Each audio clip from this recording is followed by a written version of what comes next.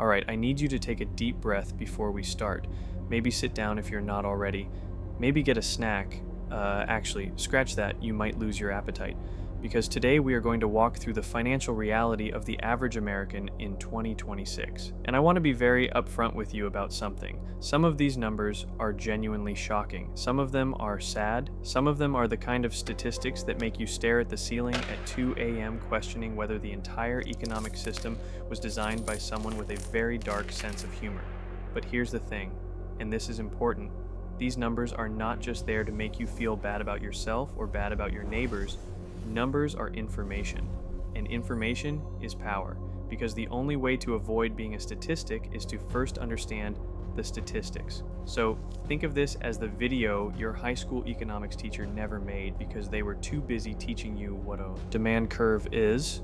We are going to cover savings, debt, retirement, income, housing, credit cards, emergency funds, paycheck-to-paycheck living, investing, and a few other categories that will make you want to either call your financial advisor immediately or go lie face down on the floor, probably both. Let's get into it. Chapter 1. The savings picture, or rather the absence of one. Let's start with the most fundamental question in personal finance. How much are Americans actually saving? Not how much they say they're saving, not how much they plan to save, not how much they feel like they're probably saving, but what the actual data shows. And the data shows not much. According to the Federal Reserve's own tracking, as of December 2025, the personal savings rate in the United States sat at just 3.6%. Let that marinate for a second. Americans are saving on average $3.60 out of every $100 of disposable income they earn. That's it. That's the whole thing. If you make $5,000 a month after taxes, you're statistically saving about $180 of it, which, if you live anywhere with a functional real estate market, won't even cover half a month of rent increases from 2 years ago.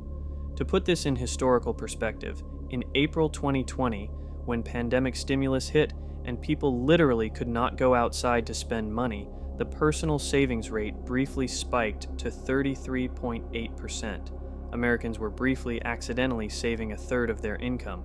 And then, as soon as the world reopened, we collectively sprinted to the mall and have been making up for lost time ever since. By late 2025, we were back to roughly pre-pandemic levels, hovering in the 3 to 5% range, as though the entire experience taught us absolutely nothing. Now, the slightly more cheerful version of this story. 55% of US adults say they plan on saving more money in 2026. Ramsey Solutions. Which is lovely, saving more money is a wonderful intention. New Year's. Resolutions are a wonderful institution. The gap between intention and execution, however, is where personal finance dreams go to quietly expire. Here's the brutal reality of what that 3.6% savings rate means in practice. The median American household income is roughly $80,000. At a 3.6% savings rate, that's about $2,880 saved per year, or $240 per month, to build a 6-month emergency fund, which most financial experts consider the bare minimum cushion. At that rate, it would take you over 13 years, during which time, of course, life would happen. The car would break down, the medical bill would arrive, the emergency fund would be raided before it was ever fully funded, and you'd start the clock over again. This is not a hypothetical scenario. This is what the data describes as the lived reality of tens of millions of Americans. About half of US adults, 51%, are living paycheck to paycheck. Ramsey Solutions, not just people at the lower end of the income spectrum, not just people who made bad choices, half of all American adults, including plenty of people making 6 figures in expensive cities who are one bad month away from a very uncomfortable conversation with their landlord. And the median emergency savings balance? As of January 2026, surveys suggest the typical U.S. emergency savings balance is about $600, carry $600. The average emergency room visit costs over $1,000. The average car repair costs over $500. A single month of rent in a median American city costs far more than $600. This means the financial buffer standing between the average American and genuine crisis is thinner than the menu at a trendy minimalist restaurant. 2 in 3 Americans don't believe they'll ever save enough to feel financially secure, and 1 in 5 had $0 in their savings account at some point in the last 6 months. Credible, not low savings? 0. The account was empty, completely, for a period of time during which medical emergencies, car problems, and surprise expenses don't politely wait. Here's a generational breakdown of median savings balances that really drives the point home. Among adults under 35, median savings are around $5,400. Carry, which sounds like something until you consider that the average rent for a one-bedroom apartment in the United States has hovered around $1,500 to $1,700 for most of 2025, meaning that $5,400 covers about 3 to 4 months of rent and virtually nothing else. For people aged 35 to 44, the median rises somewhat. For those 55 and over, things look modestly better. But even there, the numbers are humbling relative to what retirement actually costs. And before you think this is purely a lower income problem, let's note something quietly uncomfortable. 35% of Americans feel trapped in a cycle of debt, and 52% worry daily about their finances. Ramsey Solutions. That's not a poverty statistic. That's a national crisis that cuts across income brackets, education, levels, and zip codes. The savings picture in 2026 is, to put it as generously as possible, a work in progress. To put it less generously, a quiet emergency that doesn't have the drama of a single headline but plays out one insufficient paycheck at a time in millions of households every single month. Chapter 2. Emergency Funds. The financial fire extinguisher. Most people don't own. Speaking of emergencies, let's talk specifically about emergency funds, because this is where the gap between what people know they should do and what they actually do becomes almost poetic in its consistency. Every financial advisor, every personal finance book, every YouTube video, including this one, will tell you the same thing. You need 3 to 6 months of living expenses in a liquid, accessible savings account. This is not exotic advice. This is not sophisticated financial wisdom. This is basically the look both ways before crossing the street of personal finance. Everyone has heard it, everyone nods. And then approximately nobody does it. Heading into 2026, 29% of Americans said they had more credit card debt than emergency savings. Bank rate? Let's sit with that. Nearly 1 in 3 Americans has more high-interest consumer debt than they have cash set aside for emergencies, which means that when an emergency happens, and it will happen, emergencies have extremely strong attendance records. The response isn't to dip into savings. The response is to put it on the card and add to the debt load, which increases the monthly minimum payment, which makes it even harder to save, which means the next emergency also goes on the card. Round and round we go. Just 30% of people would use their savings to pay for a major unexpected expense, such as a $1,000 emergency room visit or car repair. Bank rate 30%.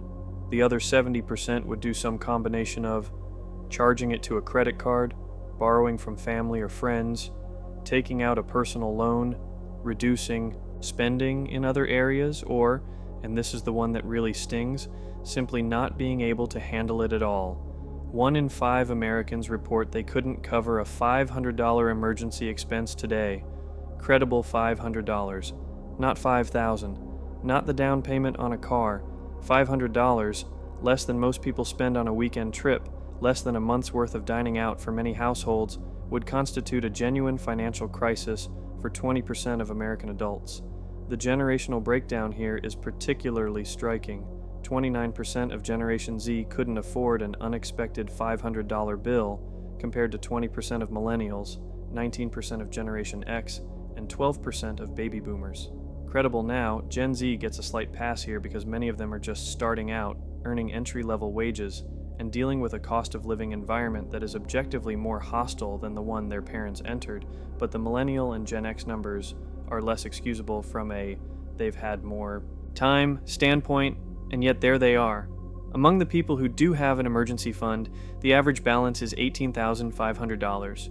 But 27% of Americans admit to using their emergency savings for non-essentials. Credible, the emergency fund, that sacred financial fire extinguisher, is being used to pay for things that are decidedly not emergencies.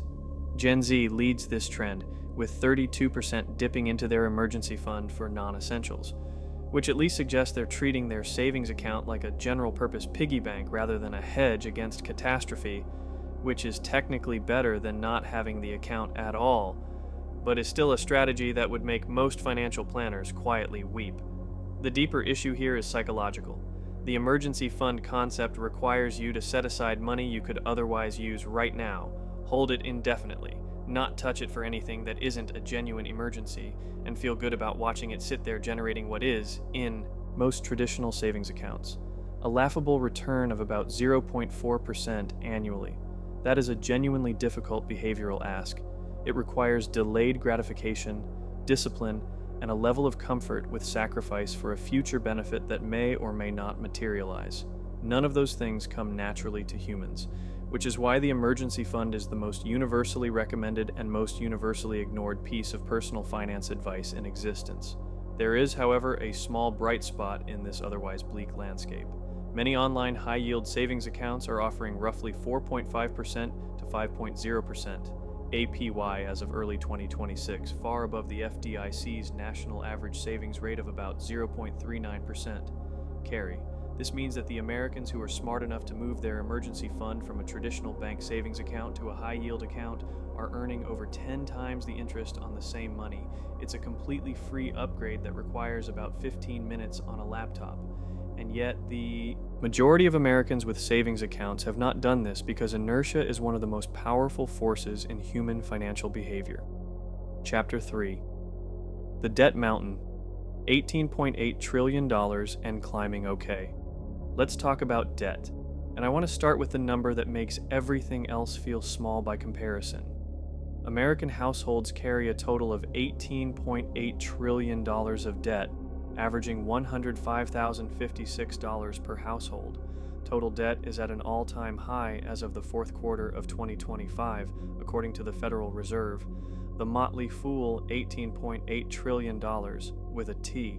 To put that in perspective, the entire GDP of Germany, one of the largest economies on planet Earth, is roughly $4.5 trillion. American household debt is more than 4 times the entire German economy. It is, by any reasonable measure, a staggering number, and it keeps growing every quarter with remarkable consistency.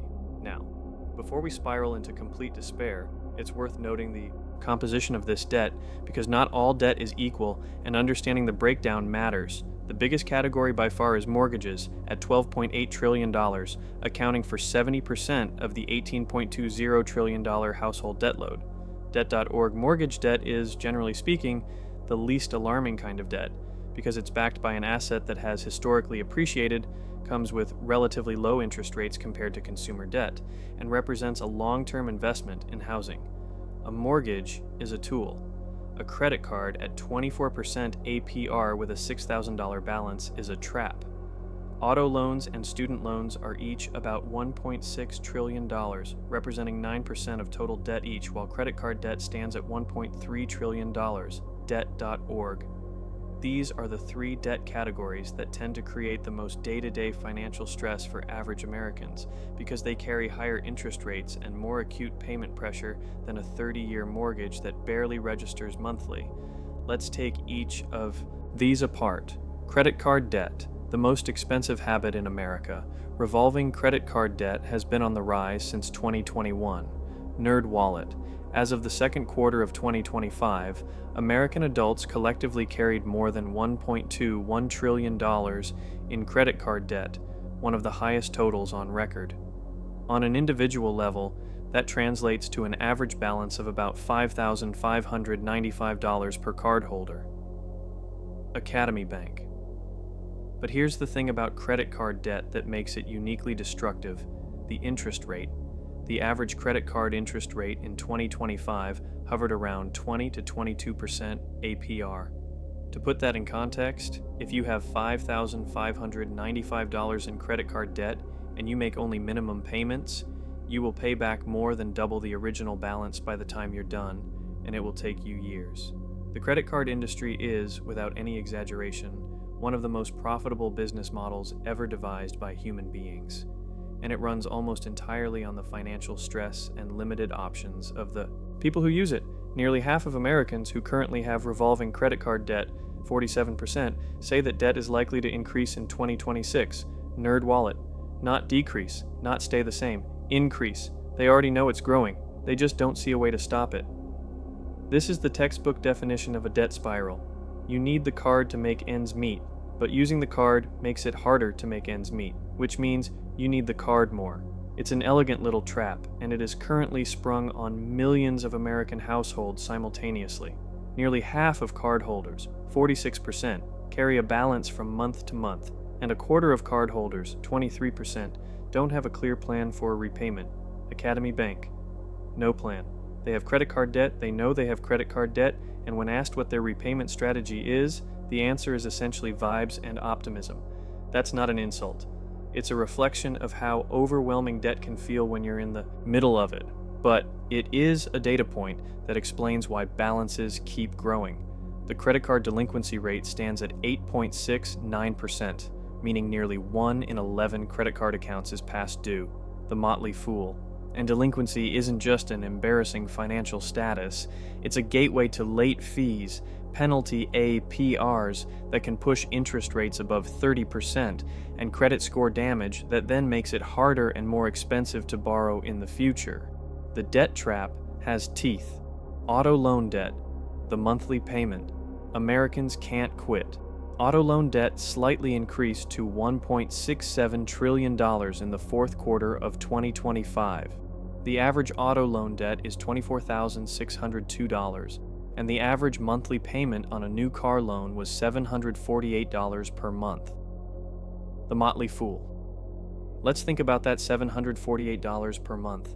That is almost $9,000 per year going toward a depreciating asset. A car that is worth less the moment you drive it off the lot, and continues to be worth less every day you own it. For the average American household, making around $80,000 a year, call it $65,000 after taxes. $748 per month in car payments represents roughly 14% of take-home pay, just for the car payment, before insurance, before gas, before maintenance, before registration. The full cost of vehicle ownership for most Americans with a new car loan is well north of $1,200 per month, and yet the $748 monthly payment has become so normalized in American consumer culture that it's almost not considered alarming anymore. It's just what a car costs.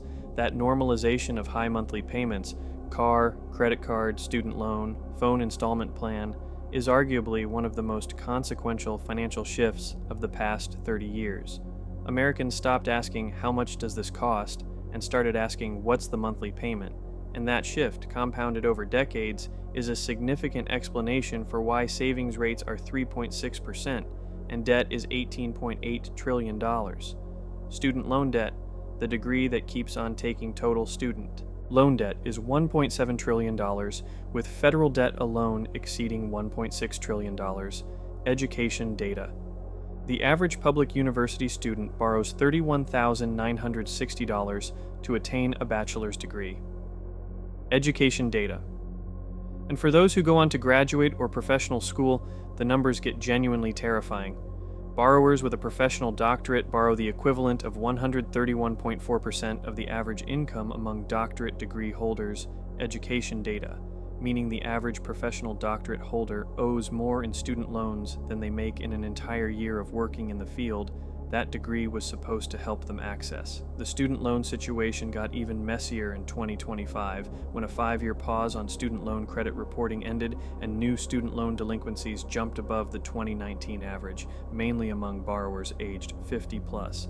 Bank of America Institute, which means there are 50-year-olds, people who are supposedly in their peak earning years, who should be aggressively saving for retirement, who are newly delinquent on student loans, whether those are their own loans or parent plus loans taken for their children. Either way, it is not a scenario anyone planned for when they signed the original promissory note. Americans spend about 11% of their income on debt payments, a lower ratio than in most of the 2000s. The motley fool. That's actually a mildly encouraging data point.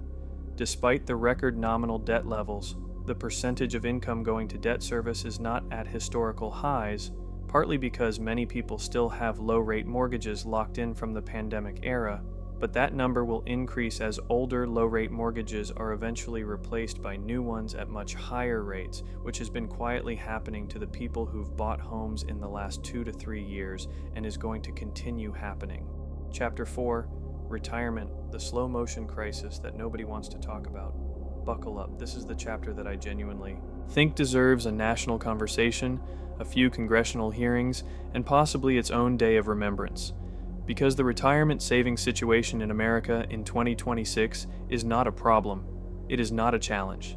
It is a genuine, multi-generational, slow-motion crisis that is going to arrive on the doorstep of tens of millions of Americans with absolutely no warning other than every data point we have ever collected.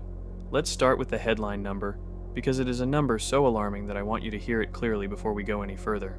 The median American worker between the ages of 21 and 64 has just $955 saved for retirement through a defined contribution plan like a 401k CBS News $955, not $9,500, not $95,000, $955. That is less than most people spend on a used laptop. That is, for many Americans, less than 1 month of car payments. That is, when the math is applied to what retirement actually costs, and we'll get there. Essentially nothing.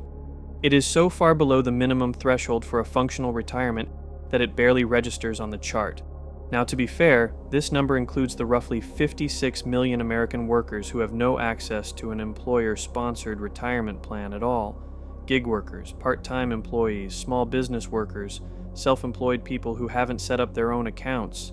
When you look only at workers who actually have retirement savings, the median balance stands at $40,000. CBS News, which is better than $955, obviously, but still, given that Americans think they need $1.26 million to retire comfortably, represents about 3% of the target. Over half of American households, 54%, report having no dedicated retirement savings at all, according to the Federal Reserve's Survey of Consumer Finances. Kiplinger, more than half of American households, no IRA, no 401k, no pension, nothing. Whatever retirement looks like for these households, and it looks like a lot of things, many of them involving working well into their 70s, it is not being funded by accumulated savings. Let's look at the retirement savings picture by age, because this is where the generational dimension of the crisis really becomes visible. Americans in their 20s have an average retirement savings balance of $127,166, with a median of $39,432. Empower. The gap between average and median is enormous here, because a relatively small number of financially organized 20-somethings with high incomes are massively skewing the average upward. The median is more representative, and $39,432 is actually not terrible for people early in their careers, though Fidelity recommends having 1 year's salary saved by age 30, so most 20-somethings are behind the benchmark. Americans in their 30s have an average retirement savings balance of $272,850, with a median of $95,661. Empower still a massive gap between average and median. And Fidelity recommends 3 times your salary by age 40, meaning that for someone earning the median household income, the target by 40 is roughly $240,000. The median 30-something is at about $95,000. Behind, but not catastrophically, so if course corrections happen soon. Americans in their 40s have an average retirement savings balance of $586,470, with a median of $221,819. Empower. The 40s are when the gap really starts to bite, because this is when retirement stops being a distant abstraction and starts being a practical question. If you're 45 with $221,819 saved and you plan to retire at 65, you have 20 years. At a 7% average annual return with consistent contributions, you can still build a meaningful nest egg, but you cannot afford to keep doing what the median American has been doing, which is, essentially, not quite enough. Americans in their 50s have an average retirement savings balance of $1,025,486, with a median of $453,413. Empower. Here's where the math gets painful in a way that is very hard to avoid. Americans in their 50s are, in most cases, 10 to 15 years from traditional retirement age. The recommended balance at 60 is 8 times your salary, per Fidelity's guidelines. For the median household, that's around $640,000. The median 50-something has $453,413. They're behind, and with the costs of housing, childcare, healthcare, and college for kids all frequently peaking in this decade, catching up is extremely difficult. For Americans aged 55 to 64, the people closest to retirement, the median retirement account balance is $185,000. Kiplinger, $185,000. The magic number Americans believe they need for a comfortable retirement is $1.26 million. The median person closest to retirement has 14.7% of what they believe they need. They are going to retire into a reality that is very different from the one they've been imagining. 64% of Americans worry more about running out of savings than they do about death. Carry more than death. Running out of money is the thing keeping people up at night more than mortality itself. That statistic is, depending on your philosophical outlook, either deeply understandable or profoundly depressing, or both. Living longer but running out of money is, by many measures, the worst retirement outcome available. And the data suggests it is the outcome a significant portion of Americans are headed toward. A quarter of non-retirees have no retirement savings at all. Kiplinger. And among those who do have savings, only about 5% have $1 million or more in retirement savings, while only about 9.3% have $500,000 or more. Kiplinger. The retirement millionaire is a genuine minority, and the retirement comfortable category is not much larger. One more data point that deserves its own paragraph because it is spectacular in its audacity. The median amount of DC retirement savings as a percentage of savings targets is 4%. Fox Business, 4%.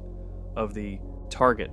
Across all age, race, education, and gender groups analyzed, not a single demographic group has median retirement savings at or above their age-appropriate savings target. Not one. Every group, by every measure, is behind. The retirement savings crisis is the rare issue in American life where it genuinely doesn't matter much who you are. The numbers are bad for essentially everyone, just bad in different ways and to different degrees. Chapter 5.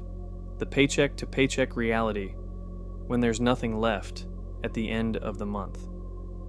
Let's talk about what it actually means to live paycheck to paycheck in 2026.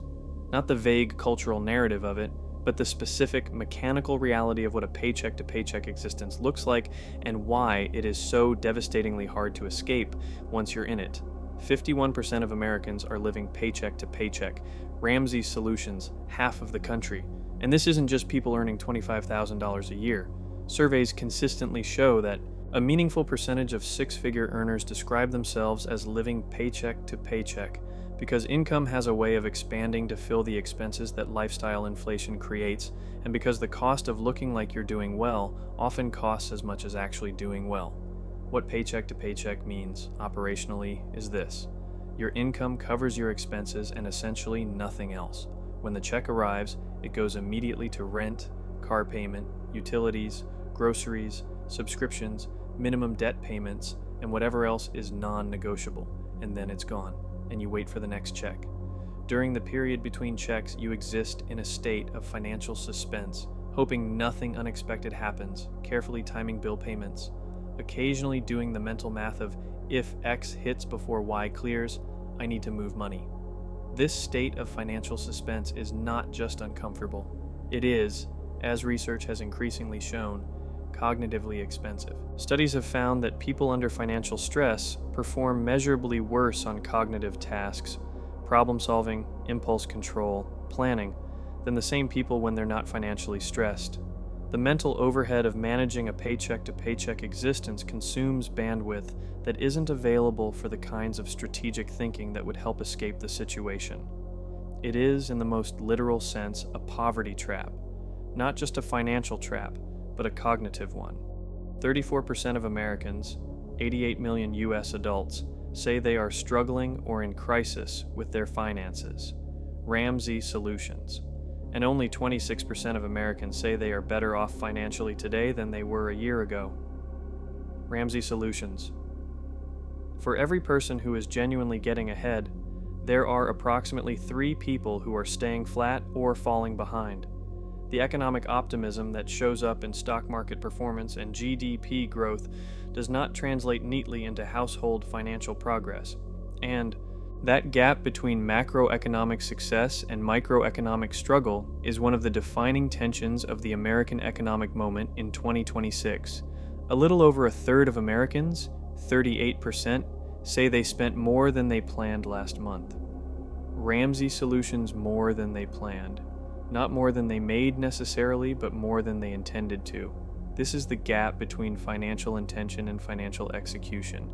And it is extraordinarily common because our brains are not naturally good at predicting costs, resisting impulse spending, or accounting for the irregular expenses, the car registration, the dentist visit, the birthday gift, the unexpected repair, that are actually quite predictable on an annual basis, even if their exact timing is not.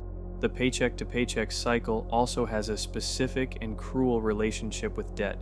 When you have nothing left at the end of the month and something goes wrong, the credit card is the solution, and the credit card charges 20 to 22% interest, making next month harder than this month, making the credit card more necessary next month, and so on. 35% of Americans feel trapped in a cycle of debt.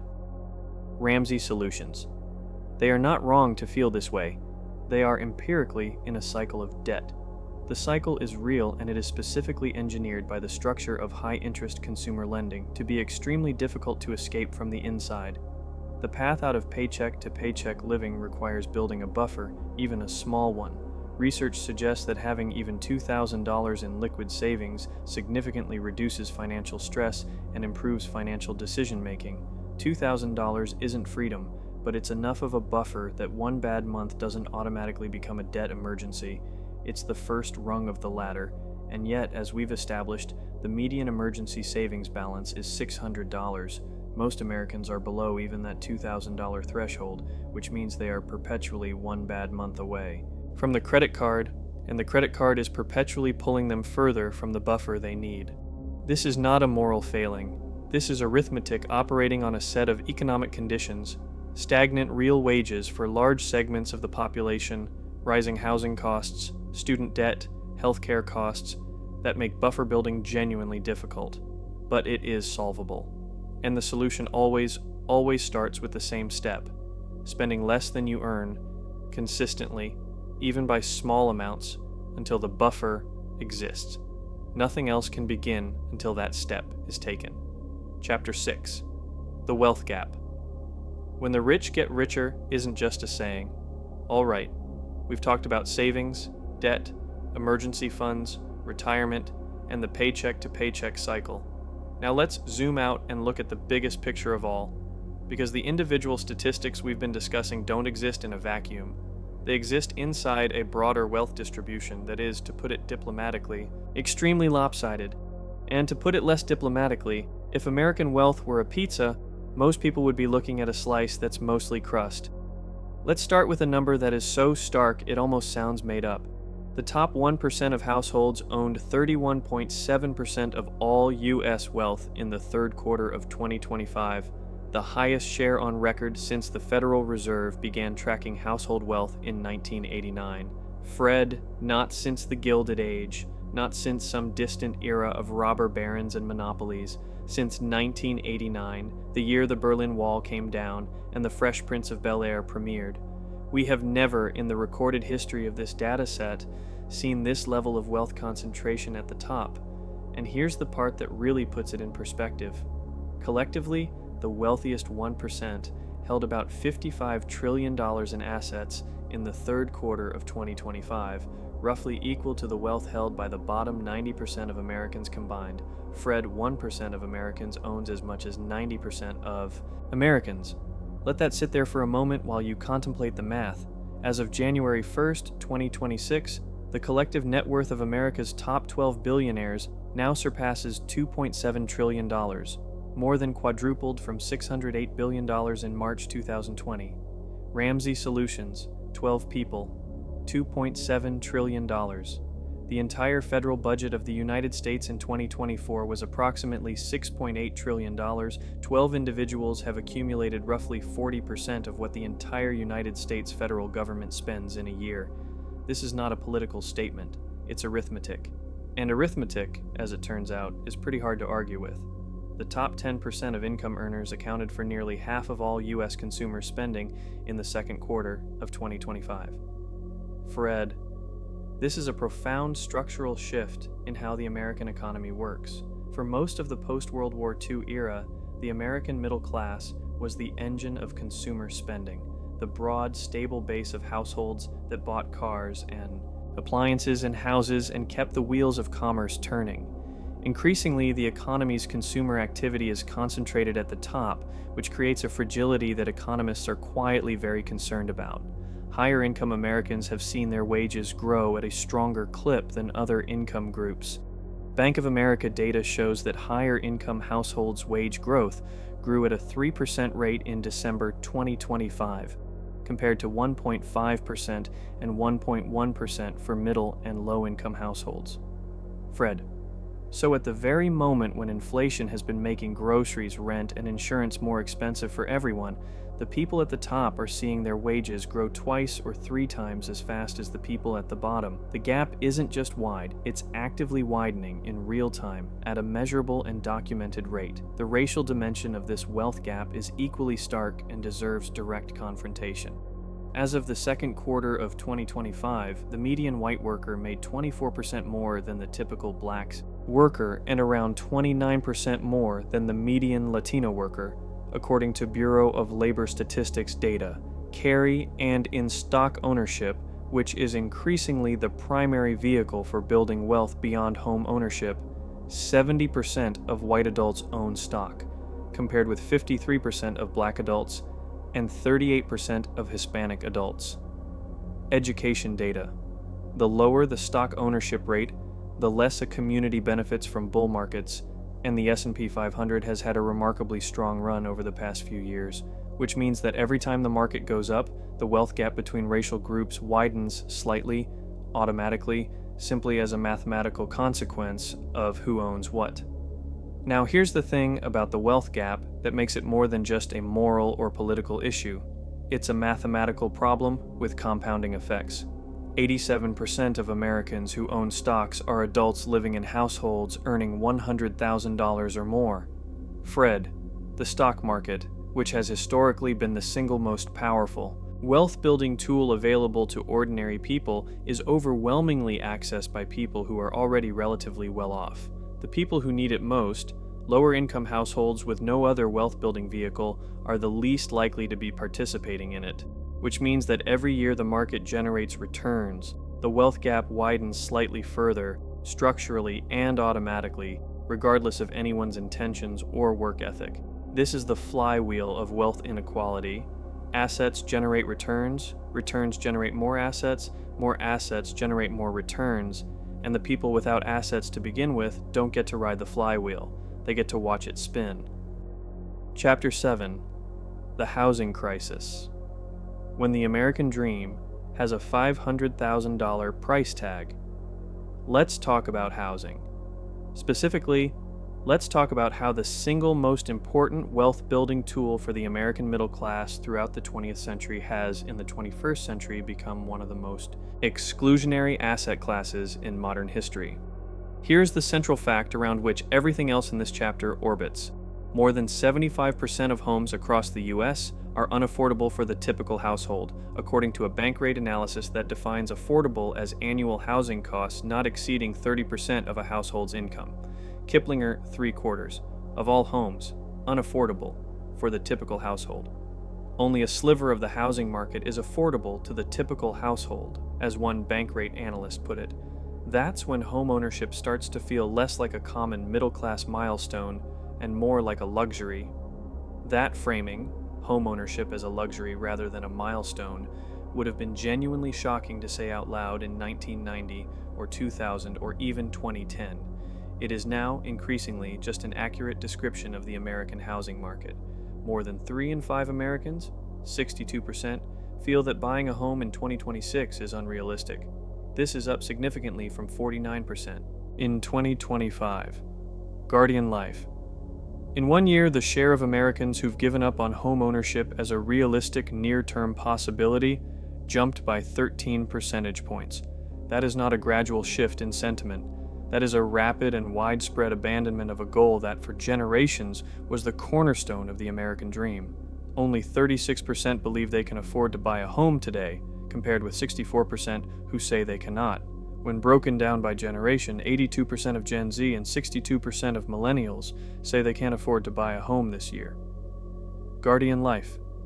Let that sink in. 8 in 10 Gen Z adults and 6 in 10 millennials, the two generations that represent the primary first-time homebuyer pool, have effectively concluded that homeownership is not currently accessible to them. These aren't people who don't want homes. 82% of Americans still cite homeownership as part of the American dream. CBS News. The desire hasn't gone away. The math just doesn't work anymore. Why doesn't it work? Let's look at the numbers. In January 2026, households in 67 out of the 100 major cities analyzed would have to spend over 30% of their annual household income to own a median home in their area. Empower. And it gets worse as you move toward major metropolitan markets.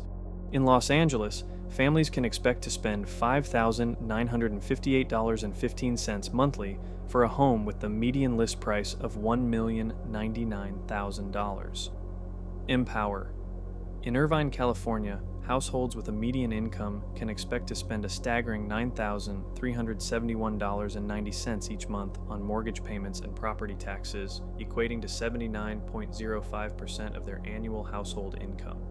Empower 79% of income on housing, which leaves 21% for food, transportation, healthcare, childcare, savings, retirement, clothing, and every other thing that humans need to live. In the country's priciest cities such as New York, San Francisco, and Seattle, households must earn at least $200,000 a year to afford the median-priced home. Figure $200,000 a year. The median household income in the United States is roughly $80,000. To afford a median home in these cities, you need to earn 2.5 times the national median, which means the typical American family is, in these cities, not just priced out of the nice neighborhoods, they're priced out of the entire market, full stop. The income-to-home price relationship has deteriorated at every income level, not just the bottom. Households earning $100,000 have seen the share of affordable options contract from 65% of listings in 2019 to 37% in 2025. Households earning $75,000, a bracket that includes teachers, nurses, and trade workers, can only afford 21% of listings, down from 49% in 2019. Households earning $50,000 could afford 28% of listings in 2019, but that share has shrunk to just 9%. NerdWallet. Read those numbers again slowly. In 6 years, the affordable share of the market has roughly halved at every income level. The $100,000 earner went from being able to afford 65% of homes to 37%. The $75,000 earner, your nurse, your teacher, your electrician, went from 49% to 21%. The $50,000 earner went from 28% to 9%. At every income level, the market has effectively pulled the rug out from under would-be buyers, not gradually, but dramatically and within the span of a single half-decade. The home ownership rate rose to 65.7% in Q4 2025, according to the census's Housing Vacancy Survey. But compared to the peak of 69.2% in 2004, the current rate is 3.5 percentage points lower and remains below the 25-year average. The Motley Fool. And the generational breakdown is where the real story lives. The home ownership rate for those under 35 is just 37.9%. The motley fool, barely more than 1 in 3 young adults owns a home. By comparison, in previous generations at the same age, home ownership rates for young adults were meaningfully higher, the result of a housing market that, while not without its problems, was not mathematically inaccessible to people with normal jobs and reasonable incomes. The biggest obstacles Americans cite for not buying are rising home prices, 39%, affordability, 30%, and interest rates, 18%. Nearly half are waiting for lower interest rates, 46%, and a similar share is hoping for lower housing prices, 45%. Guardian life. They're waiting. Millions of Americans sitting in their rental apartments or their parents' guest rooms, waiting for a market correction that may or may not arrive in any time frame relevant to their actual lives. And here's the cruel additional twist. The people who already own homes have done extraordinarily well over the same period that home ownership has become inaccessible to new buyers. Home values have appreciated dramatically in most markets, and the homeowners who bought before 2020 are sitting on enormous equity gains while paying mortgages locked in at historically low rates. The housing market has simultaneously been a spectacular wealth creation machine for existing owners and a seemingly impenetrable wall for aspiring ones. Same market, radically different experiences depending entirely on which side of the transaction you're on. 83% of U.S. adults who don't own a home but desire to cite affordability-related reasons as holding them back. Specifically, they cite not having enough income, 59%, home prices being too high, 55%, and not being able to afford a down payment and closing costs, 46%. CBS News. The down payment problem is particularly acute. In a market where median home prices in many cities are north of $400,000, a conventional 20% down payment requires $80,000 in cash, after taxes, after living expenses, after all the other things your income is going toward. For someone earning $75,000, saving $80,000 while paying rent and managing other costs isn't a 5-year plan. It's a decade-long project, assuming nothing goes wrong and assuming the home price doesn't move while you're saving. The housing crisis is, at its core, a wealth transfer story. It has transferred enormous wealth to existing owners while making it progressively harder for new generations to access the same wealth-building vehicle. And because home equity has historically been the primary source of middle-class wealth in America, a generation locked out of home ownership is a generation with structurally diminished long-term wealth prospects, regardless of their income, their education, their work ethic, or any other individual factor. Chapter 8. The Investing Divide. Who's building wealth in the market and who isn't okay? Let's pivot from housing to the other main wealth-building highway, the stock market. Because while housing has become increasingly inaccessible, the stock market, theoretically at least, remains open to anyone with a smartphone and a few dollars. And yet the data on who's actually participating is deeply revealing. 62% of Americans in 2025 report owning stock, matching the 2024 reading and similar to the 61% recorded in 2023. Education data, which sounds pretty decent, right? Almost 2/3 of Americans are in the market. Progress. Except. Let's look at who those 62% actually are. The percentage owning stock is highest among adults in households earning $100,000 or more, 87%, college graduates, 84%, and married adults, 77%. By contrast, the rate is 28% among those in households earning less than $50,000. Education data. So, at the top of the income scale, nearly 9 in 10 people own stock. At the bottom of the income scale, barely more than 1 in 4 does. The stock market, which has generated extraordinary returns over the past decade and has been the primary engine of wealth creation for millions of Americans, is largely a game that lower-income households are not playing. And when you look at racial breakdowns, median stock holdings were $67,800 for white households, $24,500 for Hispanic households, and $16,500 for black households in 2025. Debt.org. The racial wealth gap in investment holdings is not a minor rounding error. It is a 4-fold difference between white and black households in the median amount held in stocks. And that gap compounds over time in the same way that investment returns compound, except it compounds in reverse, widening the wealth gap with every passing year of market gains. Why aren't lower-income Americans investing? The Federal Reserve Bank of Philadelphia asked exactly this question in a 2025 survey of about 5,000 Americans. The most common reasons cited by non-owners were a lack of funds available for investing and a lack of knowledge about how to invest. NerdWallet, not lack of desire, not disinterest, lack of funds, and lack of knowledge. The two most solvable problems in personal finance, and they remain the two biggest barriers to market participation for the half of the country that isn't in it. Here's what the math looks like from the outside when you're not in the market. The S&P 500 has returned, on average, roughly 10% annually over the long run. Someone who invested $10,000 in 2015 and held it had roughly $25,000 by 2025. Someone who had no money to invest in 2015 had $0 from market returns in 2025. The gap between those two people isn't about intelligence or ambition or work ethic.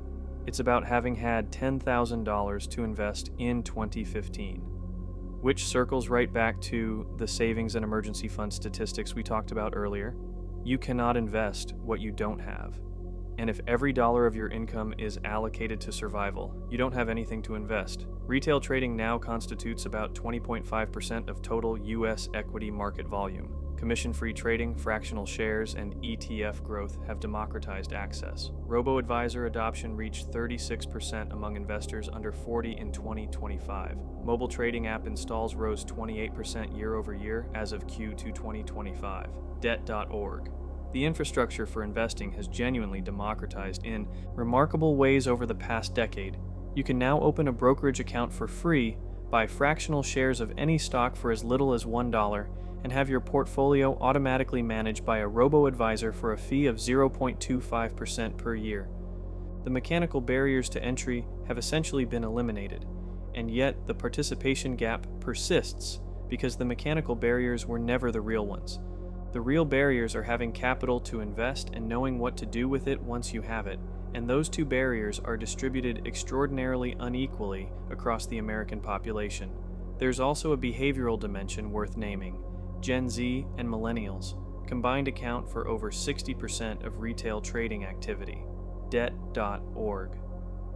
Young Americans are engaging with the market in unprecedented numbers, which is genuinely encouraging. But trading activity and investing activity are not the same thing, and the distinction matters enormously.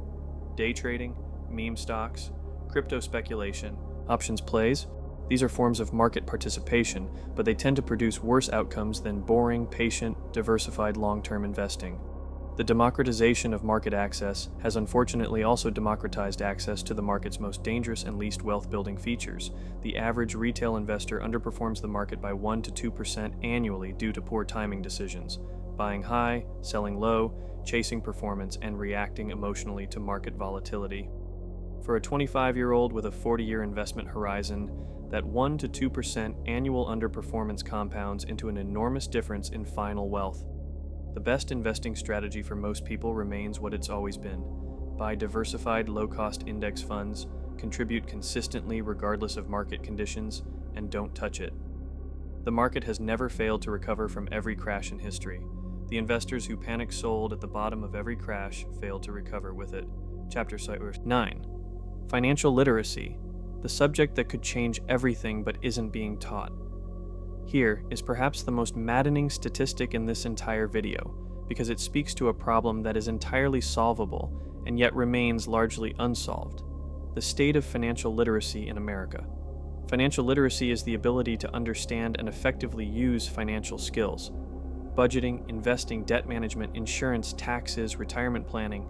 It is the foundational knowledge that all of the other statistics in this video cry out for, and it is something that the United States educational system has historically treated as roughly as important as advanced origami. Only about half of U.S. states currently require a standalone personal finance course for high school graduation. The other half leave it to individual schools or teachers, or most commonly to nobody at all, which means that millions of Americans graduate high school, potentially go to college, and take on tens of thousands of dollars in student loan debt, get their first credit card, get their first apartment, and start making consequential financial decisions, all without having received a single hour of structured instruction on any of these topics. The results of this are predictable. Studies consistently show that Americans struggle with even basic financial concepts. Ask a random sample of adults to explain compound interest, and a large percentage cannot do so accurately. Ask them to explain the difference between a traditional and Roth IRA, and the majority draw a blank. Ask them how diversification works, and many cannot give a coherent answer. These aren't obscure financial concepts reserved for professionals. They are the basic vocabulary of personal financial management, and most Americans have never been taught them. The most common reasons cited by non-investors for not participating in the stock market were lack of funds and lack of knowledge. NerdWallet. Lack of knowledge. For a country with free public libraries, the entire internet available on smartphones, and more personal finance content than any individual could consume in a lifetime, lack of knowledge as a barrier to investing represents a profound failure of financial education infrastructure. The behavioral consequences of low financial literacy are well documented and directly traceable to the statistics we've been discussing throughout this video. People who don't understand compound interest are more likely to carry credit card balances at high interest rates. People who don't understand tax-advantaged accounts are less likely to use them, leaving significant wealth-building benefits on the table. People who don't understand diversification are more likely to make concentrated bets that blow up. People who don't understand insurance are more likely to be either overinsured in the wrong areas or devastatingly underinsured when something goes wrong. Here's a specific and painful example. Research has found that a significant percentage of people who have access to a 401k through their employer and whose employer offers a matching contribution, which is literally free money, do not contribute enough to get the full match. They are declining free money because they don't fully understand the mechanics of the match or haven't gotten around to adjusting their contribution rate. The uncollected 401k match money left on the table by American workers every year runs into the billions of dollars, billions, in free money that people are declining because nobody taught them how to pick it up. The financial literacy problem is also deeply unequal in its distribution. Higher income households are more likely to have had access to financially literate parents who modeled good money behaviors, to professional networks where financial knowledge is commonly shared, and to advisors and accountants who fill in the gaps. Lower income households are more likely to have inherited financial stress, financial avoidance, and financial practices shaped by scarcity rather than strategy.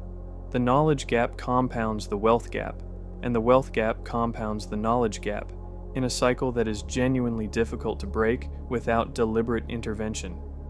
The good news, and there is some, is that the movement toward mandatory personal finance education in high schools has been accelerating.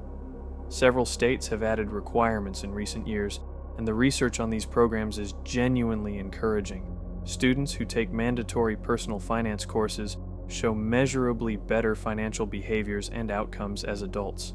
They're more likely to save, less likely to carry credit card debt, more likely to invest, and less likely to default on loans. The evidence that financial literacy education works is strong and consistent. The question is whether the political will to scale it exists. Chapter 10, Income. What Americans actually earn and why it's more complicated than you think. Let's talk about income, because everything we've discussed so far exists in the context of what Americans are bringing home, and that context is more complicated and more unequal than any single headline number captures. The median household income in the United States is approximately $80,000 as of the most recent data.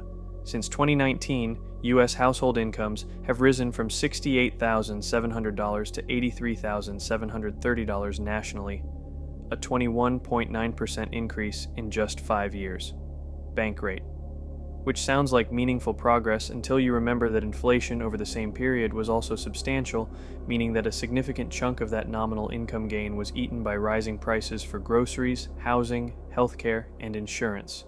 Real purchasing power, what your income actually buys, rose far less than the nominal numbers suggest, and the income picture varies wildly depending on where you live.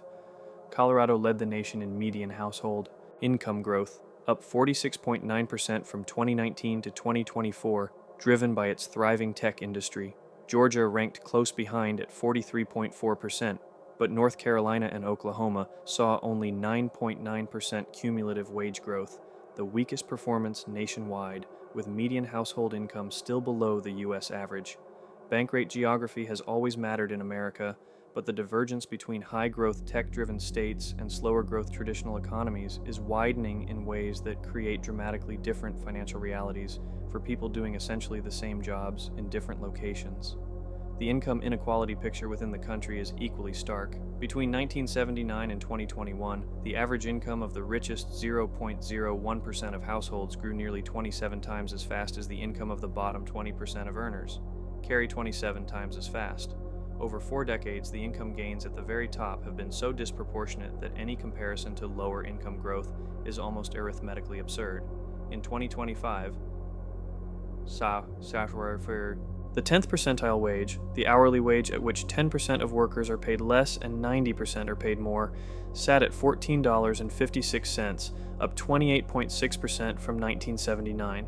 By contrast, the wage for earners at the top 90th percentile grew 64.1% over the same period. Over 46 years, the lowest paid workers saw their wages grow by 28.6% in real terms. The highest paid workers saw theirs grow by 64.1%, and we already know the growth for the top 1% was far greater still. The labor market has been, for nearly half a century, increasingly rewarding the people at the top at rates that are disconnected from the gains flowing to everyone else. The federal minimum wage, which has not been raised at the federal level since 2009, making it the longest stretch without an increase since it was established in 1938, sits at $7.25 per hour. At 40 hours per week for 52 weeks, that's $15,080 per year before taxes. The federal poverty line for a single person is approximately $15,000. The minimum wage in much of the country literally does not clear the poverty line for a full-time worker. Many states have raised their own minimums significantly above $7.25, but in states that haven't, this is the floor on which millions of Americans are trying to build a financial life. The income picture also has a profound racial dimension. In July 2025, Black unemployment stood at 7.2%, compared to 3.7% for white workers, according to Bureau of Labor Statistics data. The Black unemployment rate has persistently run at approximately twice the white rate, a pattern so consistent and long-standing that it has ceased to be surprising, which is itself a remarkable and troubling commentary on what America has normalized.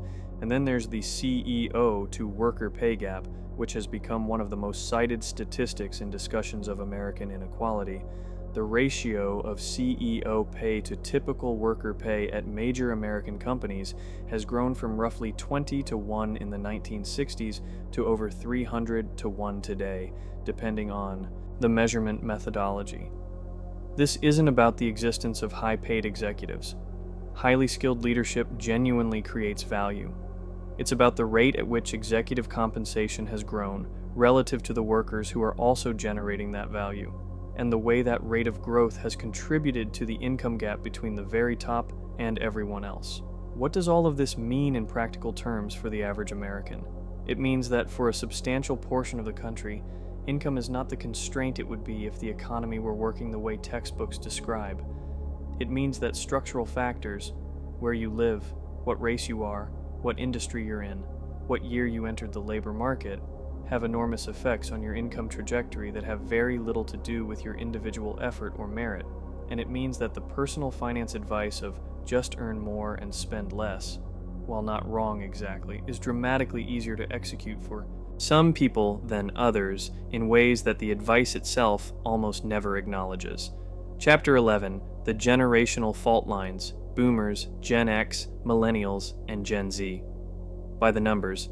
Every generation, it seems, is convinced it has it worse than the one before, and while there's always some element of historical revisionism in nostalgia, the good old days were never quite as universally good as memory suggests. The financial data across generations in 2026 tells a genuinely interesting and, for younger cohorts, genuinely challenging story. let's walk through each generation's financial situation with actual numbers, because the differences are striking. Baby boomers, born 1946 to 1964, the beneficiaries' baby boomers are, by the numbers, doing the best. They bought homes when median home prices were a fraction of current levels. They entered the labor market during decades of strong wage growth for middle-class workers.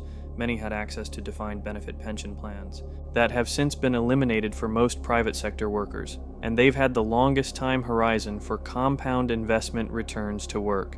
The median boomer net worth is substantially higher than younger generations, not because boomers are more financially disciplined, but because they benefited from economic conditions, housing markets, and pension structures that no longer exist for the people who came after them.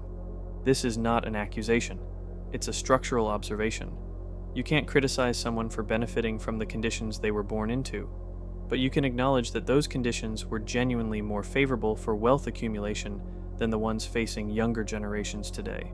Generation X, born 1965 to 1980. The forgotten middle Gen X has the dubious distinction of being the generation that entered the labor market during a period of reasonable prosperity, then got absolutely crushed by the dot-com bust in 2001, recovered partway, then got crushed again by the 2008 financial crisis, recovered again, and is now approaching retirement with a combination of some assets and some lingering financial damage from those two major crises.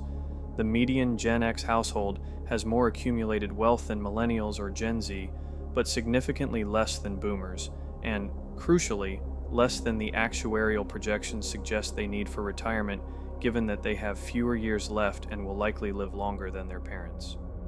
Gen X is the generation that experienced the shift from defined benefit pensions to defined contribution 401, Ks mid-career, which means many of them didn't get the full benefit of either system. They were too young for the pension guarantees and too old to have had the full span of their career to build a 401k under the new system. Millennials, born 1981 to 1996, the delayed generation millennials graduated into the worst job market since the Great Depression thanks to the 2008 financial crisis. They then faced student loan burdens that were larger than those of previous generations because college costs had risen dramatically during the period they were attending school.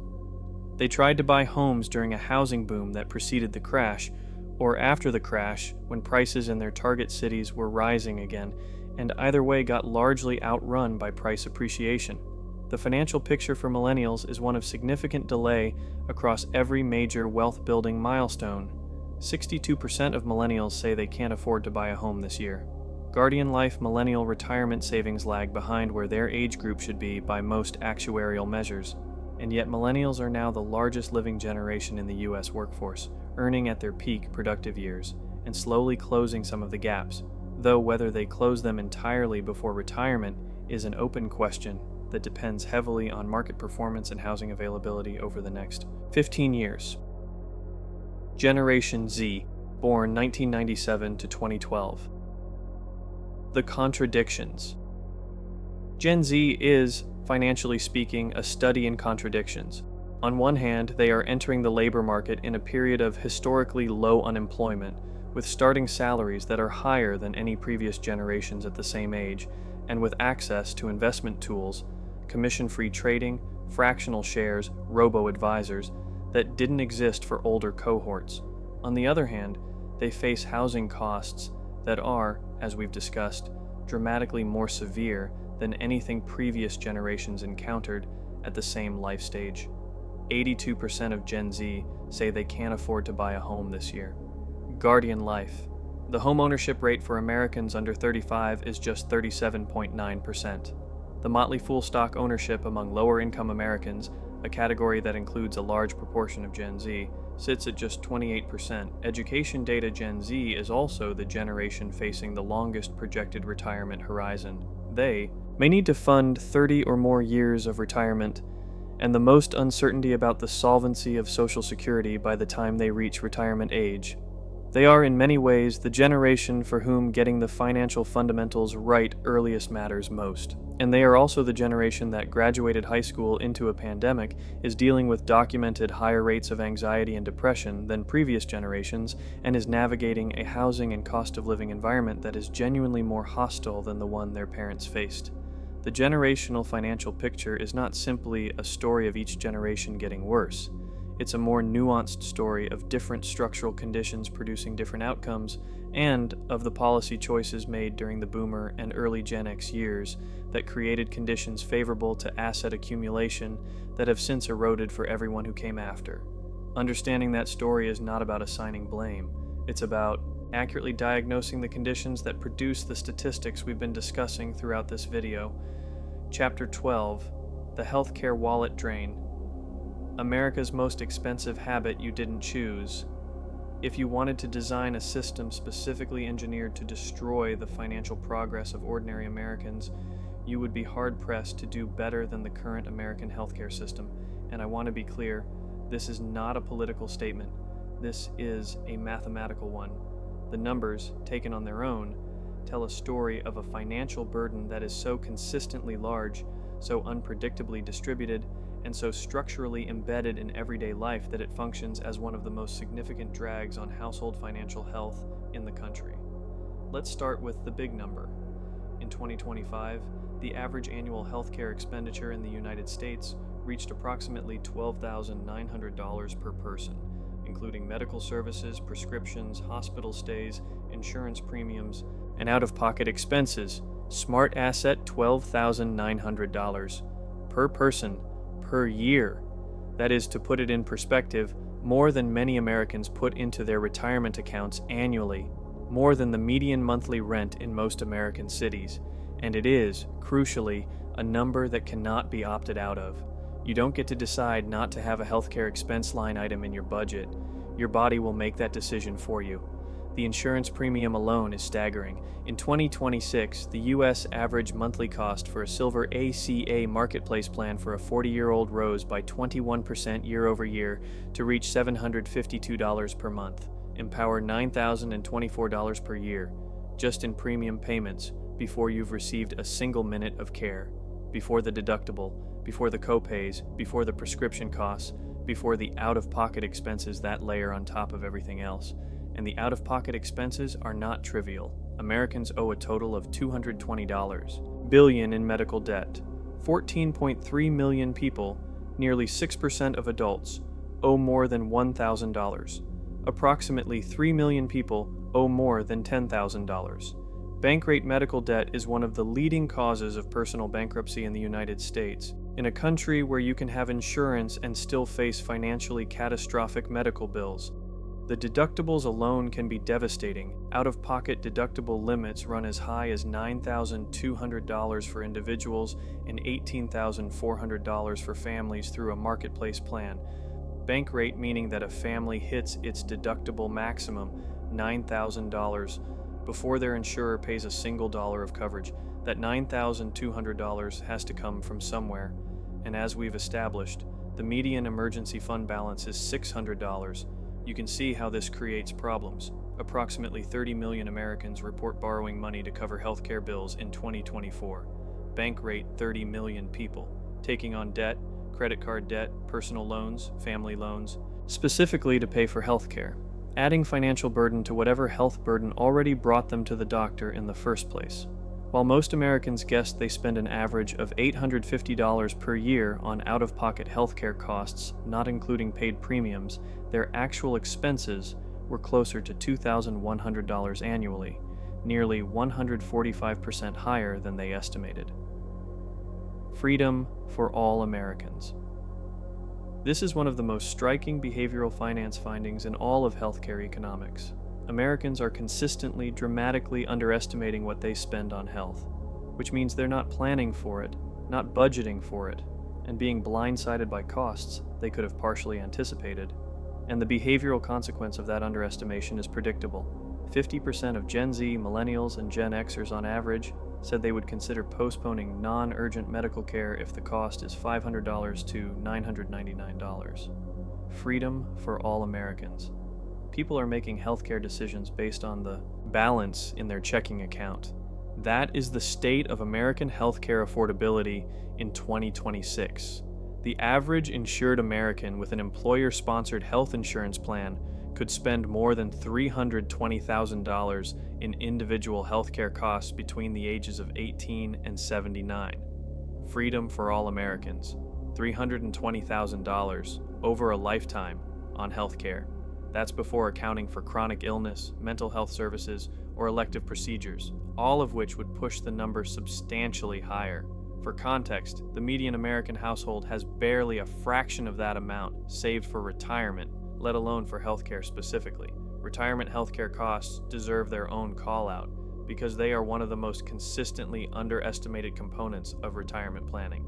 A 65-year-old who retired in 2025 can expect to spend $172,500 on healthcare throughout retirement, according to Fidelity Investments' latest retiree healthcare cost estimate. Report. Fred and Medicare. Part B costs are expected to rise more than 11% in 2026. Fred, $172,000 in retirement, just on healthcare. This is money that needs to be set aside on top of all other retirement expenses: food, housing, transportation, everything else. And yet it is money that most retirement projections, most savings calculators, and most people's mental models of retirement completely omit. 24% of adults surveyed currently have medical or dental debt they are unable to pay off. Bank rate 1 in 4 adults, carrying medical debt they cannot eliminate. Not debt from a vacation or a luxury purchase, debt from trying to stay alive and healthy. And because this debt often ends up on credit cards at 20% plus APR, the financial cascade from a single healthcare event can take years to climb out of. There's a cruelty here that deserves acknowledgement. The people who can least afford healthcare are the ones who face the highest effective costs. Those with lower incomes are more likely to borrow the funds from family members or friends' bank rate to cover medical bills, while higher income individuals have access to formal financing with better terms. The uninsured, roughly 27.1 million Americans bank rate, face the full rack rate of medical billing, which is the highest rate charged by hospitals, the rate that nobody with any market power actually pays. The system prices the poorest Americans the highest for the same care. That is not hyperbole. It is how American hospital billing works. The healthcare cost problem isn't getting better. Health spending as a percent of GDP reached 18.0% in 2024, an uptick from 17.7% in 2023 as health spending grew faster than GDP. Ramsey Solutions. Health spending is estimated to have grown slightly quicker than the economy in 2026 and is expected to increase to 18.6%. Ramsey Solutions. Eventually, by the projections of the Centers for Medicare and Medicaid Services, healthcare is on a trajectory to consume approximately 20% of the entire American economy by the early 2000s and 30s. 1/5 of everything produced in America will go to healthcare costs. That is a number with profound implications for every single aspect of American life, financial and otherwise, and it is receiving about 1/10 the attention it deserves. Chapter 13. The Side Hustle Economy. When one job is not enough. Here's a statistic that should stop you in your tracks and make you think very carefully about what it says about the state of American economic life. Federal data shows the share of employees holding more than one job has risen, peaking at 5.7% in November 2025, the highest level in the new millennium. Guardian Life. The highest rate of Americans working multiple jobs since the year 2000. And that's just the people working formal second jobs. It doesn't include the vastly larger universe of people doing gig work, freelance projects, side businesses, and informal income. Generation on top of their primary employment. 4 in 10 Americans now earn income from side jobs, according to PYM's intelligence. Kiplinger, 40%. Of all American adults, have income coming in from somewhere beyond their primary employer. That is not a niche phenomenon. That is not a millennial quirk. That is a structural feature of the American economy in 2026, and it is being driven by forces that are unlikely to reverse anytime soon. over 70 million Americans now participate in freelance work, representing approximately 36% of the total U.S. workforce. Fox Business. More than 1 in 3 working Americans is freelancing in some capacity. That's a number that has climbed consistently for years, from 27% in 2020 to 36% now, and projections suggest it will continue climbing. By 2027, it's projected that nearly 87 million people, about half of all workers in the country, will be freelancing. NerdWallet. We are, on the current trajectory, approaching a labor market where the traditional 9-to-5 single-employer model is the minority experience. Why are so many Americans side hustling? The motivations are a mix of necessity and aspiration, and the balance between the two tells its own interesting story. 44% of Americans say they need a side hustle to survive financially, while 48% are using side gigs to save for specific financial goals. The motley fool. The need number is the one that deserves attention. Nearly half of side hustlers are doing it not because it's a passion project or a path to entrepreneurship, but because their primary income is insufficient for their basic financial needs. This is not the empowering entrepreneurship narrative that the gig economy's cheerleaders promote. This is income supplementation born of necessity, wearing the costume of hustle culture. 1 in 3 adults say they need a side hustle to cover regular living expenses. Guardian Life regular living expenses, not luxuries, not savings goals, not investment contributions, rent, groceries, utilities, car payments, the basic non-negotiables of modern American life, and 1 in 3 Americans cannot fully cover them on their primary income alone. Side hustlers earn an average of $530 a month. Empower, though, averages here are massively distorted by a small number of very high earners. The median side hustle income, according to Bankrate, is closer to $200 per month. $200 for 8 hours of extra work per week, the typical time investment, which works out to roughly $6.25 per hour for the median side hustler, less than minimum wage in most states. And this doesn't account for the self-employment taxes, the business expenses, the platform fees, and the opportunity cost of the time that goes into it. 67% of side hustlers report experiencing burnout, and 52% say the extra workload is only worth it if they earn more than $500 per week. The motley fool burnout is now the expected experience of the gig economy participant, not an exception, a majority outcome. And yet people keep side hustling because the financial pressure that drives them to it doesn't relent just because they're tired. The generational breakdown of side hustle participation maps almost perfectly onto financial stress by generation. 53% of Gen Z report having a side hustle, compared to 50% of millennials, 40% of Gen X, and 24% of baby boomers. Creative planning. The younger you are, the more likely you are to be supplementing your income, which is not primarily because younger generations are more entrepreneurially spirited, though some are. It's primarily because younger generations are facing the worst housing costs, the most student debt, the lowest starting wages relative to living costs, and the greatest financial pressure of any cohort in the modern data record. There's a gender dimension worth noting too. Although men and women side hustle at similar rates, men tend to earn significantly more. Average men with side hustles make $1,034 per month, while women earn just $735. Empower. The gender pay gap doesn't stop at primary employment. It follows people into their supplemental income streams, a disparity driven by a combination of the types of side hustles pursued, hourly rates charged, and the household responsibilities that limit the time women can dedicate to additional work. Side hustles are becoming a standard career strategy, with 70% of workers believing people should always have income beyond their main job. Guardian Life. That belief, that a single employer is insufficient income security, that you should always have another revenue stream, represents a profound shift in how Americans think about employment. It's a vote of no confidence in the single employer model, and given the layoff cycles, the automation displacement, the gigification of entire industries, and the general instability of the modern job market, it is arguably a rational adaptation, rather than an overreaction. The global gig economy market is projected to reach a valuation of $674.1 billion in 2026, fueled by a consistent 15.79% compound annual growth rate. CBS News. The side hustle economy is not a temporary blip or a pandemic artifact. It is a structural shift in how labor and income work in America, and it is growing faster than almost any other sector of economic activity. Understanding it is not optional for anyone trying to understand the real financial lives of average Americans in 2026. Chapter 14: What Americans are actually spending their money on. Okay. We've talked extensively about what Americans don't have: savings, retirement funds, emergency cushions, affordable homes.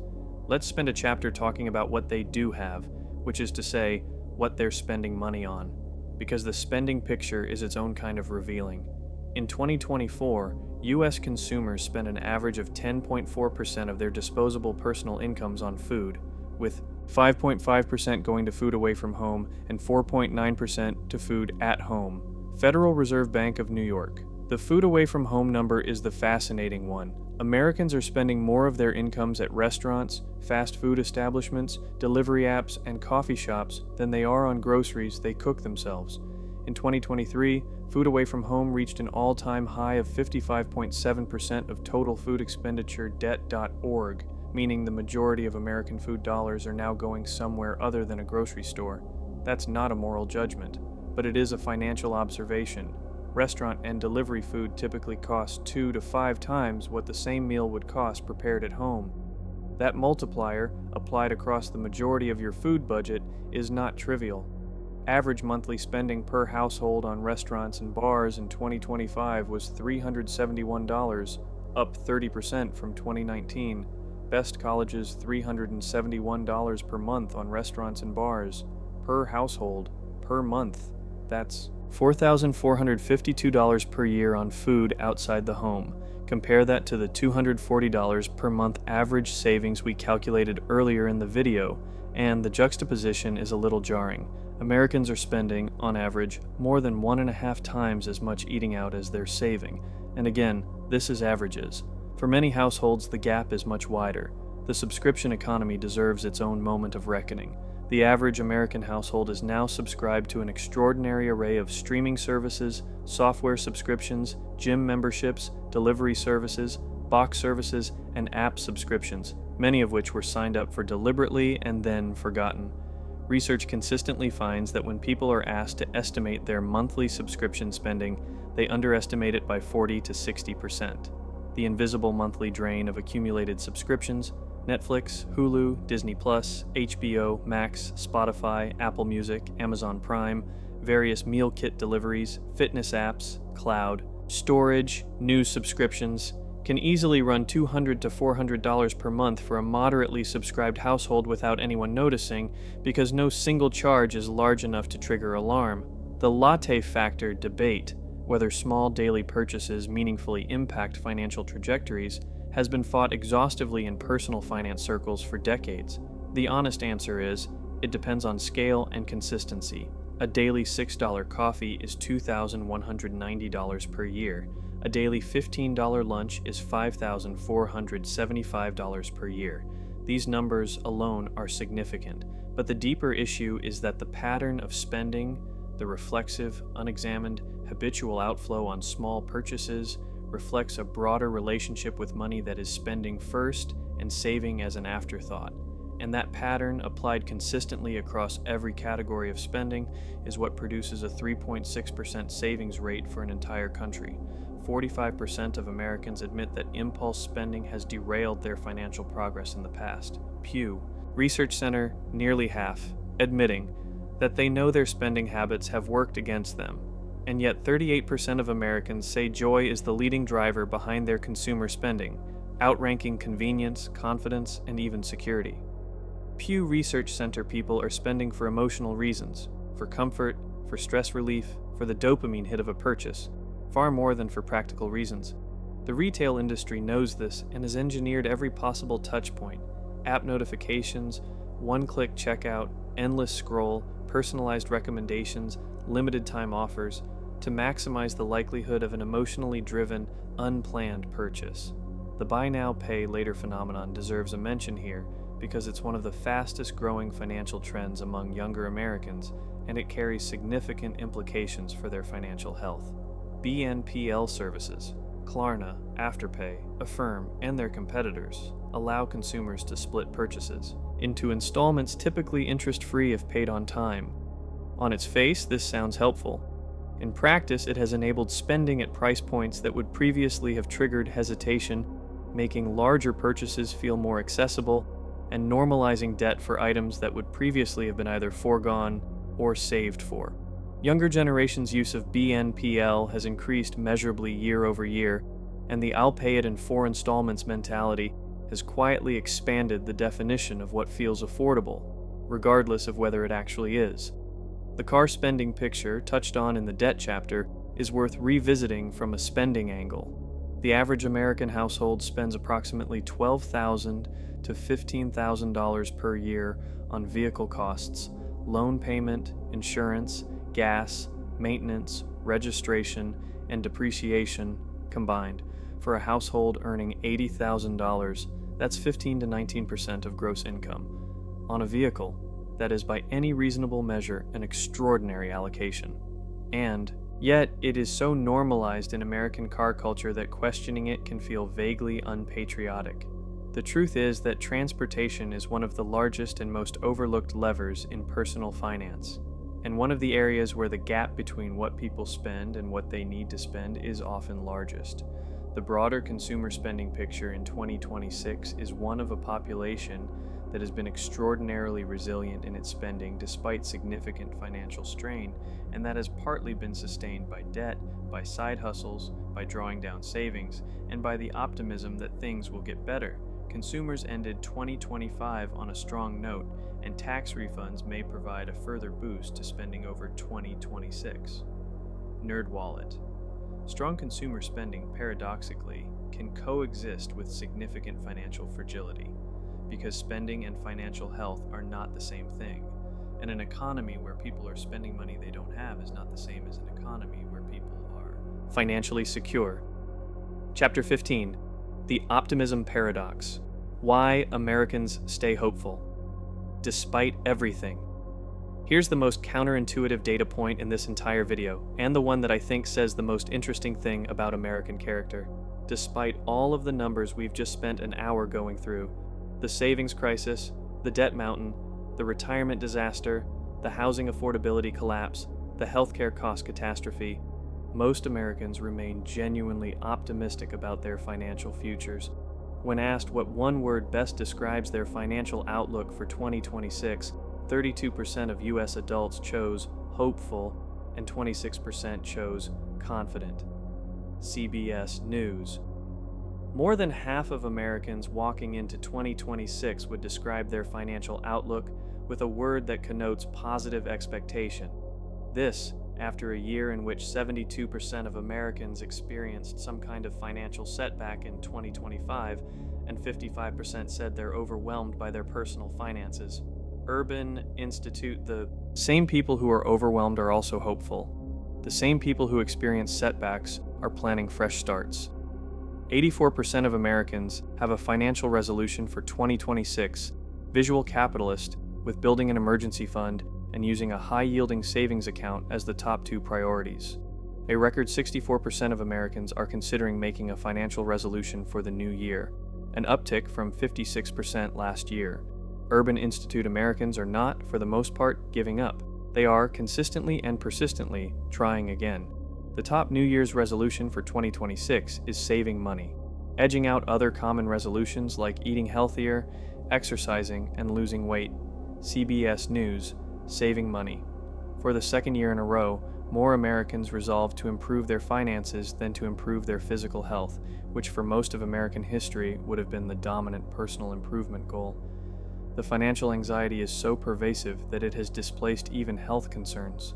As the primary area where people feel they need to do better, 93% of Americans plan to make changes to how they manage their money in the new year. Pew Research Center, 93%, almost everyone. Across income levels, age groups, political affiliations. The near universal experience of 2025 was, I need to do something different with my money. And yet, as we established earlier, of those Americans who had financial goals in 2025, 81% say they did not stick to them. St. Louis Fed. 81% didn't stick to their 2025 goals, and yet 93% are setting new ones for 2026. The gap between intention and execution is vast, consistent, and entirely human. Overall, 52% of Americans expect their personal financial situation to improve in 2026, including 44% of those earning less than $30,000 annually. Wikipedia. Even among the lowest income Americans, the group facing the most severe financial constraints, nearly half believe next year will be better. This is either deeply inspiring or a testament to the human capacity for optimism in the face of long odds, depending on your philosophical temperament. However, 33% of Americans think their finances will improve in 2026, a marked decline since June when 48% thought their personal finances would get better in the coming year. 29%, up from 20% previously, believe their financial reality will get worse. Inequality.org. The optimism is real, but it's been declining. The number of Americans who believe they're headed toward worse finances has risen by nearly 50% in 6 months. The gap between the optimists and the pessimists is narrowing, and not in a positive direction. Bankrate's Financial Outlook Survey for 2026 shows the number of Americans who are pessimistic about their personal finances has risen to the highest level in at least the last 8 years. Inequality.org, the highest pessimism in 8 years. And that 8-year window covers the pandemic, the inflation surge of 2022, and several other genuinely challenging economic periods. Americans going into 2026 are more financially pessimistic than they were during any of those moments. That's a striking finding. What's behind the optimism that persists despite everything? A few things are worth naming. The first is the fundamental human cognitive bias toward optimism, sometimes called optimism bias, where people consistently expect their personal futures to be better than the statistical base rate suggests. This is not irrational. It's actually a fairly healthy psychological mechanism, but it can lead to under-preparation for realistic scenarios. The second is the perennial hope that income will increase. Of those who think their financial situation will improve next year, nearly half, 47%, say it's thanks to rising income. Inequality.org. Better jobs, raises, promotions, new opportunities. These are the most commonly cited sources of expected financial improvement. And for a portion of people, those expectations will be fulfilled. But income growth is uneven, and many people who expect raises don't get them, or get them at rates below inflation. The third is the resolution cycle itself, the cultural ritual of the new year as a clean slate, a fresh start, a moment of renewed commitment. This is genuinely psychologically valuable. The problem is that resolutions, however sincerely made, have a notoriously poor implementation record. Nearly 75% of Americans fell short of their saving and spending resolutions in 2025. Visual capitalist 3/4, which means that the 84% who are making 2026 resolutions are predominantly the same people who made 2025 resolutions and didn't keep them. The problem is not lack of desire, the problem is lack of system. The specific, behavioral, automated, friction-reducing mechanisms that make it possible to follow through on intentions even when motivation fades, which it always does, usually around February. 37% of Americans feel that managing money is too overwhelming and they don't know where to even begin. Pew Research Center. More than a third of the country is so overwhelmed by the complexity of their financial situation that they don't know where to start.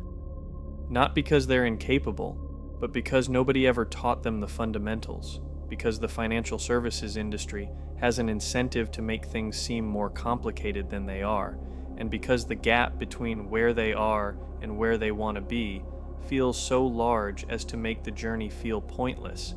This is the optimism paradox in full. Americans are simultaneously more financially stressed than they've been in years, more pessimistic about the future than they've been in 8 years, and more likely than ever to make financial resolutions, and more likely to say they plan to save more money. The desire for change is genuine. The recognition that change is needed is almost universal. The follow-through is where it breaks down. Every year, for the same structural reasons: no financial education, no behavioral infrastructure, no community of accountability, and a consumer economy that is very, very good at taking money from you before you've had time to think about whether you wanted to give it. Chapter 16. The numbers nobody talks about. The hidden financial stats of 2026. Before we head into the conclusion, let's spend a few minutes on the data points that don't make headlines but that paint a picture of American financial life that is, in some ways, even more revealing than the big famous statistics. The Social Security dependency reality. More than 71 million Americans currently receive Social Security benefits. For roughly 40% of retirees, Social Security represents 90% or more of their income, not a supplement, 90%. The median Social Security retirement benefit in 2025 was approximately $1,900 per month, or $22,800 per year. The federal poverty line for a single person over 65 is approximately $14,000. So Social Security keeps many retirees above the poverty line, but not by much, and any significant expense, a medical bill, a home repair, a dental procedure, can threaten that margin instantly. The people who most need their Social Security check to be larger are the same people who had the lowest earnings during their working years, and therefore have the lowest benefit amounts. The system is structurally tilted against the people who need it most. The unbanked and underbanked crisis. Approximately 5.9 million American households, about 4.5% of all households, are completely unbanked, meaning they have no checking or savings account at any bank or credit union. An additional 18.7 million households are underbanked. They have an account but regularly rely on alternative financial services like check cashers, payday lenders, and money orders that charge fees many times higher than traditional banking. The financial industry calls these alternative financial services. A more accurate description is expensive substitutes that extract money from the people who can least afford to pay more. Payday loans, which are the most widely used alternative financial product, carry effective annual percentage rates that routinely exceed 300%, not 30%, 300. People who cannot access traditional banking pay thousands of dollars per year in fees and interest for the privilege of accessing their own money and covering short-term gaps. This is a regressive financial tax levied on the poorest Americans by an industry that exists specifically because they have no better option. The money in the mattress phenomenon. Surveys suggest that approximately 20 to 25% of Americans keep a meaningful portion of their savings in cash at home rather than in bank accounts. The motivations range from distrust of banks to privacy concerns to simple inertia. Whatever the motivation, the consequence is identical. Cash saved at home earns zero. Return. In an inflationary environment where prices rise 3 to 4% per year, cash at home loses 3 to 4% of its purchasing power per year. Over a decade, holding $10,000 in cash at home costs roughly $4,000 in lost purchasing power compared to a basic high-yield savings account. That's not a tragedy, but it's a completely unnecessary one, driven largely by financial infrastructure distrust that better policy and better financial education could address. The 401k loan epidemic. An estimated 25% of Americans with a 401k plan have an outstanding loan against it at any given time. Borrowing from your own retirement account to cover current expenses is, in almost every conceivable scenario, financially self-destructive. You're taking money out of the only tax-advantaged, employer-matched, long-term investment vehicle most people have access to. You're losing the compounding returns on the borrowed amount for the duration of the loan. And if you leave your job before repaying the loan, the outstanding balance is treated as a distribution, meaning you owe income taxes on it plus a 10% early withdrawal penalty. Despite all of this, it is extraordinarily common because when people are financially desperate, the 401k balance is the largest liquid-ish number on their financial statement, and desperation makes bad options look better than they are. The insurance gap. Approximately 30% of American homeowners are underinsured, meaning their homeowner's insurance would not fully cover the cost of rebuilding their home in the event of a total loss. Many of these homeowners purchase coverage when their home was worth less and have not updated it as values and construction costs have risen.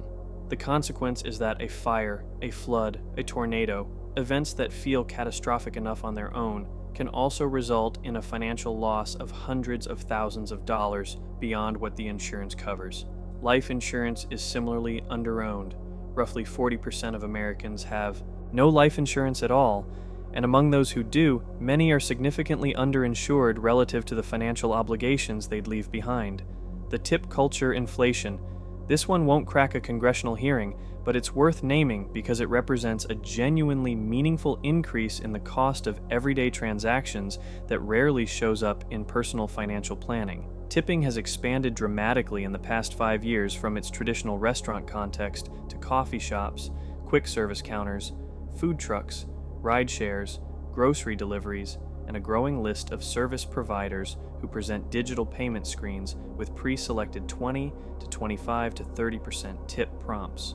When tipping digitally, nearly 2/3 of Americans, 64%, will leave a tip more than 10% higher than they would have left if paying with cash. Debt.org. The digital tip prompt is a behavioral nudge that effectively raises the price of every transaction it appears in. For a household that eats out 15 to 20 times per month, the cumulative impact of tip inflation on their monthly food budget can be $50 to $150 per month above what they'd otherwise choose to give. A real cost that is psychologically invisible because it feels optional even when the social pressure makes it feel anything but. Chapter 17.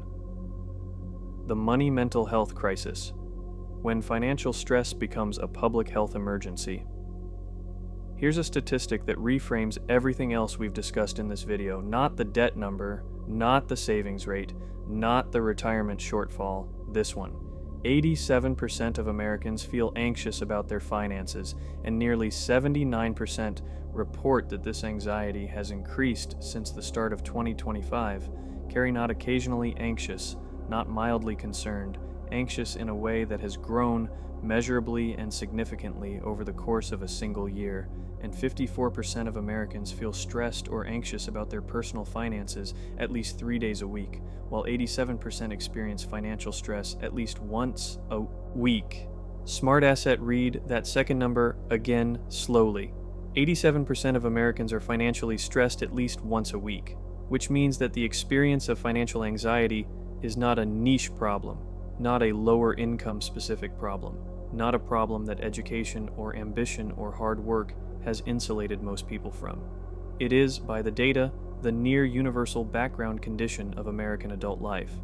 You are more likely to be financially stressed at some point this week than you are not to be. Nearly 7 in 10 Americans, 69%, say that financial uncertainty has made them feel depressed and anxious, an 8 percentage point increase over 2023. Yahoo Finance Depression, not just stress, not just worry, clinical language depression, reported by 7 in 10 people, attributed directly to their financial situation. A new national study reveals that financial uncertainty is significantly impacting the mental, emotional, and physical well-being of Americans, with nearly 7 in 10 individuals reporting feelings of depression and anxiety related to money. Freedom for all Americans. The physical consequences are just as stark. 77% of Americans say economic stress has disrupted their sleep in the past year. Credible, more than 3/4 of the country lying awake, staring at the ceiling, doing the math that never quite works out. 63% of all Americans report that financial stress has disrupted their sleep. Freedom for all Americans. The relationship between financial stress and sleep disruption is particularly vicious because poor sleep degrades cognitive function, emotional regulation, and decision-making capacity. The exact faculties you need to think clearly about your financial situation and make good choices. Financial stress causes poor sleep, which causes worse financial decision-making, which causes more financial stress. It's a loop, a physiological, documented, running in real time in millions of bodies loop. A majority of Americans who are married or living with a partner, 57%, say that financial uncertainty has impacted their relationship with their spouse or partner, up 13 percentage points from 2023. For Gen Z and millennials, 71% and 75% respectively who are in serious relationships agree their finances have damaged those relationships. Yahoo Finance money is consistently cited as the leading cause of relationship conflict and divorce in the United States, not incompatibility, not infidelity, money. And the data from 2025 suggests that financial stress on relationships has gotten meaningfully worse in just 2 years. 3/4 of millennials in relationships say their financial situation is actively harming that relationship. That is not a peripheral social statistic. That is a statement about the quality of intimate life for an entire generation.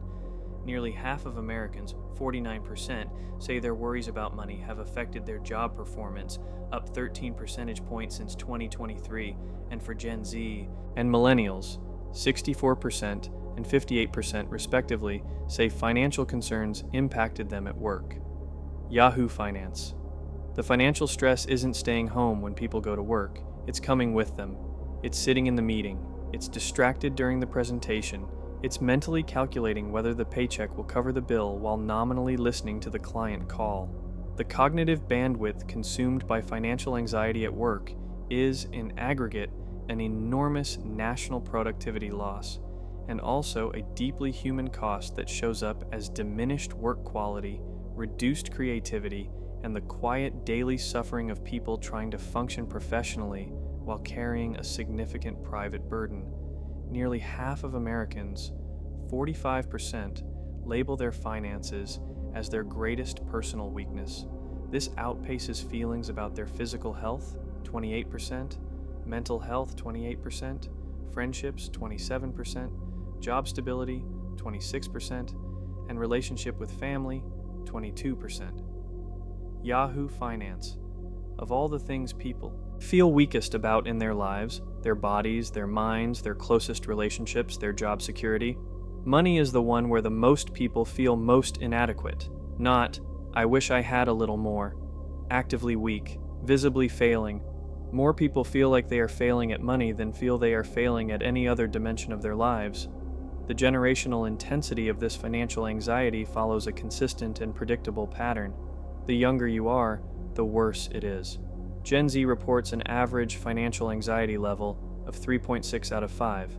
Millennials come in at 3.3, Gen X at 3.4, and baby boomers at 2.9, the only generation below 3.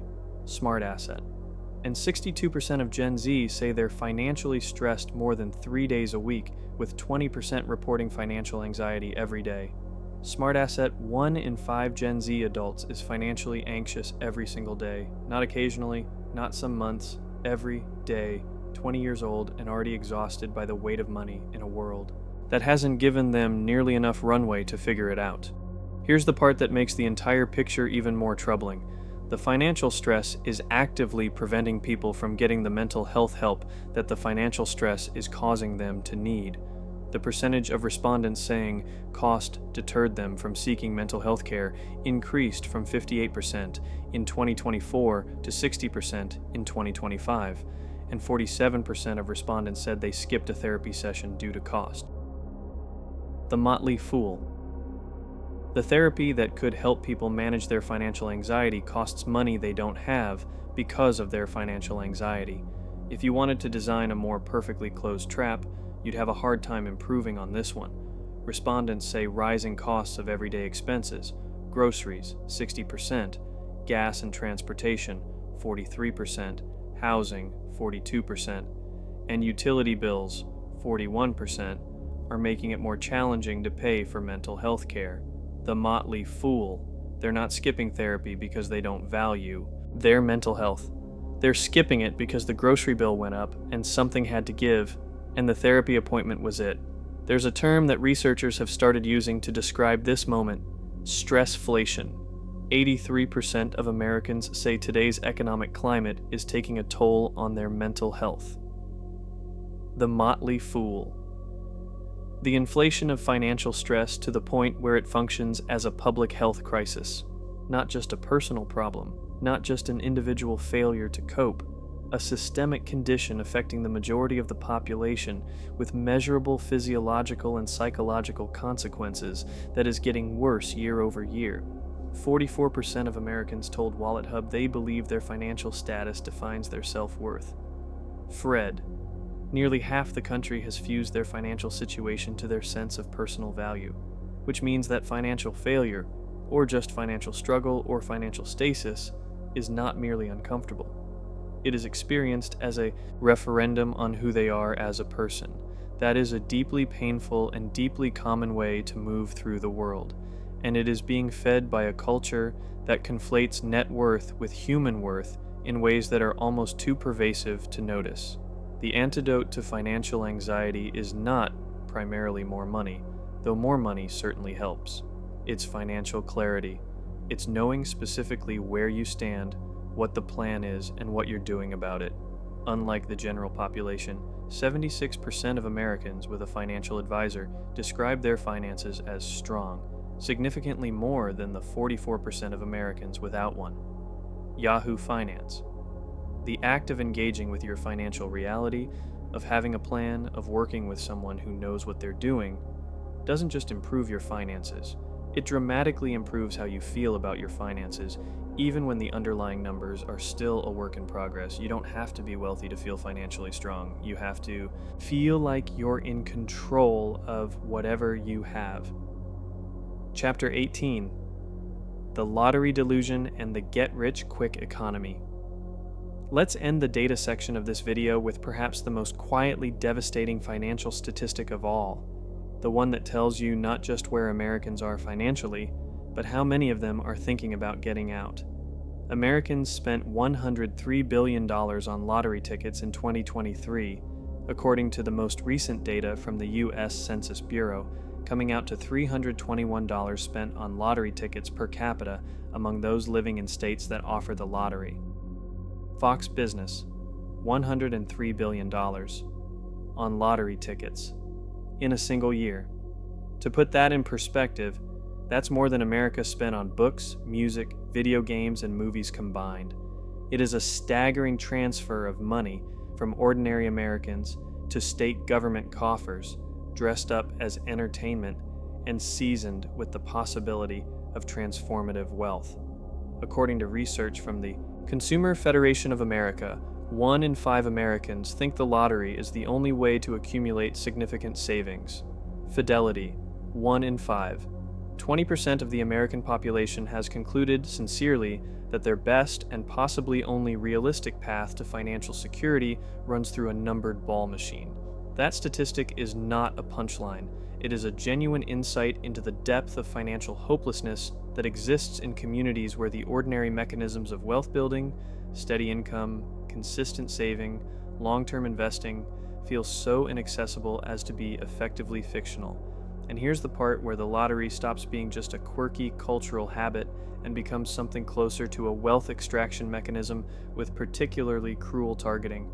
The average adult living in the poorest 1% of zip codes spends almost 5%, or $600 annually, of their income on lottery tickets. Meanwhile, those living in the wealthiest 1% of zip codes spend only $150 on tickets, amounting to 0.15% of their paycheck.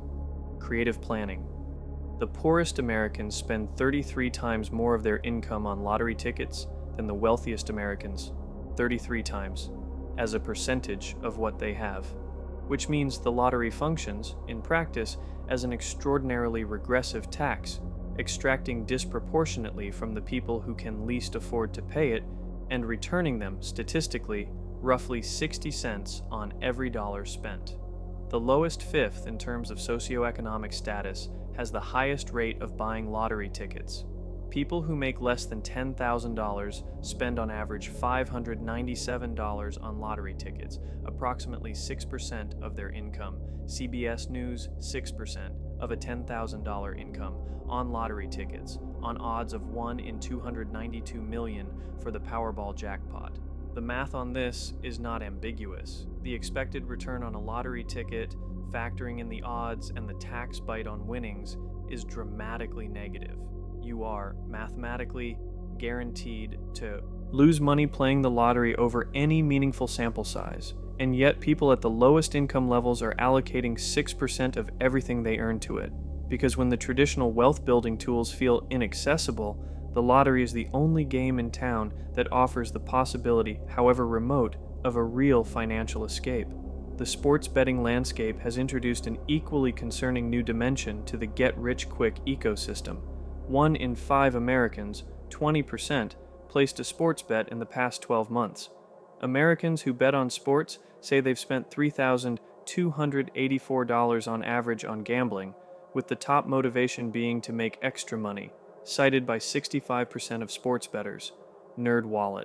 And in perhaps the most telling data point about how sports betting is being mentally categorized, close to a third of sports bettors, 31%, view gambling as an investment, NerdWallet, an investment with a house edge, against line setters who do this professionally, with an expected return. That is definitionally negative. 31% of sports bettors are filing this activity in the same mental category as their 401k or their index funds. That is not a misunderstanding of gambling. That is a profound misunderstanding of investing, and it is being enthusiastically cultivated by the sports betting industry, which has spent billions of dollars on advertising in the past 5 years, making exactly this association. Around 1 in 7 sports bettors, 14%, say they've gone into debt to gamble. NerdWallet, gone into debt to gamble, to participate in an activity with a negative expected return, funded by borrowed money at high interest rates. This is the most financially destructive combination available to ordinary Americans, and 14% of sports bettors, a category that now includes 20% of all American adults, are doing it. The lottery and gambling data, taken together, tells a story about the financial psychology of desperation. It tells you that when people don't believe the conventional wealth-building path is accessible to them, they don't give up on wealth building. They redirect their energy and their money toward high-variance alternatives that offer the psychological experience of possibility even when the expected mathematical outcome is loss. The lottery ticket isn't just a ticket. It's a permission slip to spend a few days imagining a different life. The sports bet isn't just a wager. It's a feeling of agency in a system where genuine financial agency often feels unavailable. Understanding this doesn't make the math better. The odds of winning Powerball remain 1 in 292,201,338. The house edge on sports betting remains firmly in the house's favor, but it does make the behavior more understandable. And understanding it is the first step toward addressing the underlying conditions that make it so appealing. The alternative to lottery hope is achievable financial hope, the kind that comes from understanding that even small, consistent, automated behaviors compound into meaningful outcomes over time. That $300 per year going to lottery tickets redirected into an index fund for 30 years at historical market returns becomes roughly $30,000, not $200 million, but $30,000 that is real and certain and yours, and that no one is going to take back because the ticket was a loser. The unsexy truth of personal finance is that the math of boring consistency beats the math of lottery hope by a margin so wide it's almost offensive. But boring consistency requires hope of a different kind. It requires believing that the system works for you, that your small contributions matter, that 30 years from now you'll still be around to collect. And for a significant number of Americans, particularly those in the lowest income brackets, the most financially stressed, the most disengaged from traditional financial institutions, that quieter, longer, less dramatic kind of hope is the hardest thing to sustain, which is why the lottery remains a $103 billion industry and why sports betting is growing at rates that would make any venture capitalist envious. The financial industry, the educational system, and, frankly, videos like this one have a role to play in building a different kind of hope. One grounded in real numbers, real timelines, real mechanisms that actually work, not the hope of one magical draw. The hope of 1,000 small, boring, right decisions, each one building on the last until the number on the screen is one you put there yourself, with no luck required. That's the story the statistics of 2026 are telling. Read them right, and they're not just a portrait of where America is, they're a map of where to go next. Conclusion. So what do we do with all this? Alright, we've spent this entire video walking through a financial landscape that is, to put it generously, challenging.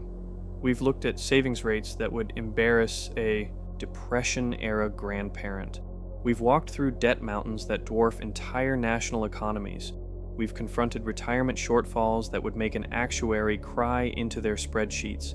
We've stared down housing markets that have turned the most fundamental middle-class milestone into an aspirational fantasy. We've reckoned with healthcare costs that function as a perpetual financial undertow, side hustles that are becoming as normal as a second serving at Thanksgiving, and a spending culture that is very, very good at converting earned income into someone else's revenue. And now, at the end of all of that, here's what I want to say to you. These numbers describe averages. They describe populations.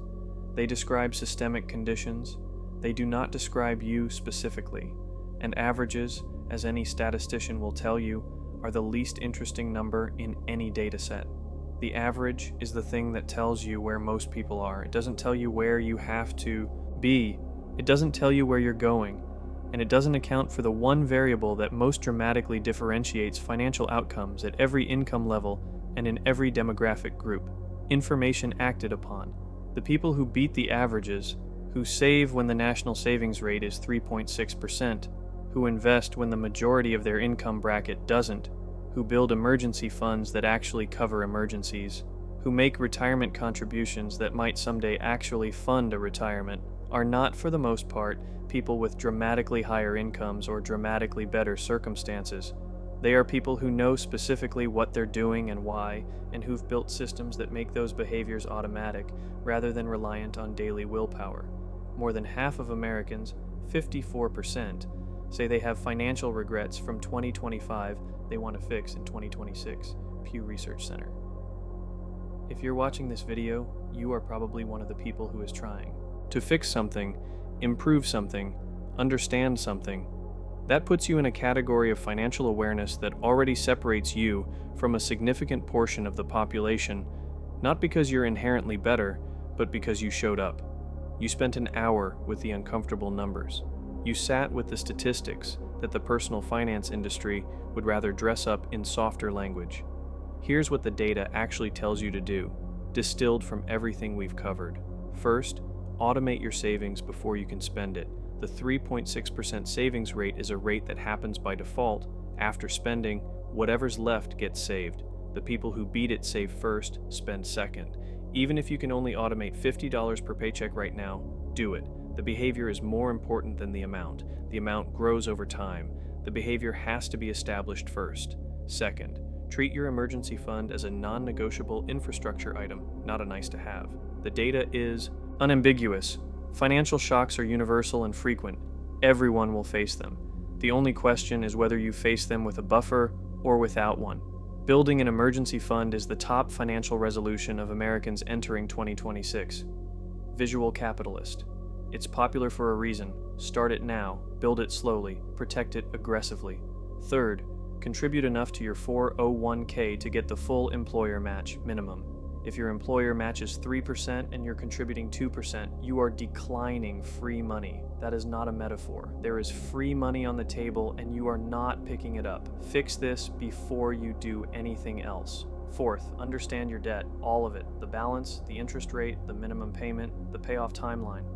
Most people carry debt they don't fully understand, and debt you don't fully understand has a way of being more expensive than debt you've actually looked at clearly. Fifth, make a plan that accounts for the specifics of your life, your income, your expenses, your goals, your timeline, and not the plan that some algorithm or some general advice article generated for a fictional average person. Your financial life is specific. Your plan should be too. A supermajority of Americans, 79%, is at least somewhat optimistic about their financial future. CBS News. That optimism, if paired with specific action and behavioral systems, is not delusion. It's fuel. The Americans who improve their financial situations over the next 5 years won't do it because the economy got easier, or because a windfall appeared, or because the government fixed all the structural problems we've discussed.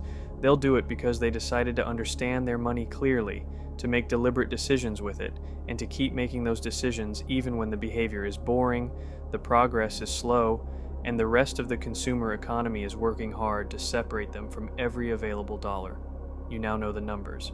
The average American in 2026 is carrying $105,000 in household debt, saving 3.6% of their income, has $600 in emergency savings, is 14.7% of the way to their retirement savings target if they're close to retirement age, and is 51% likely to be living paycheck to paycheck. Those numbers describe the average. The average is not your destiny.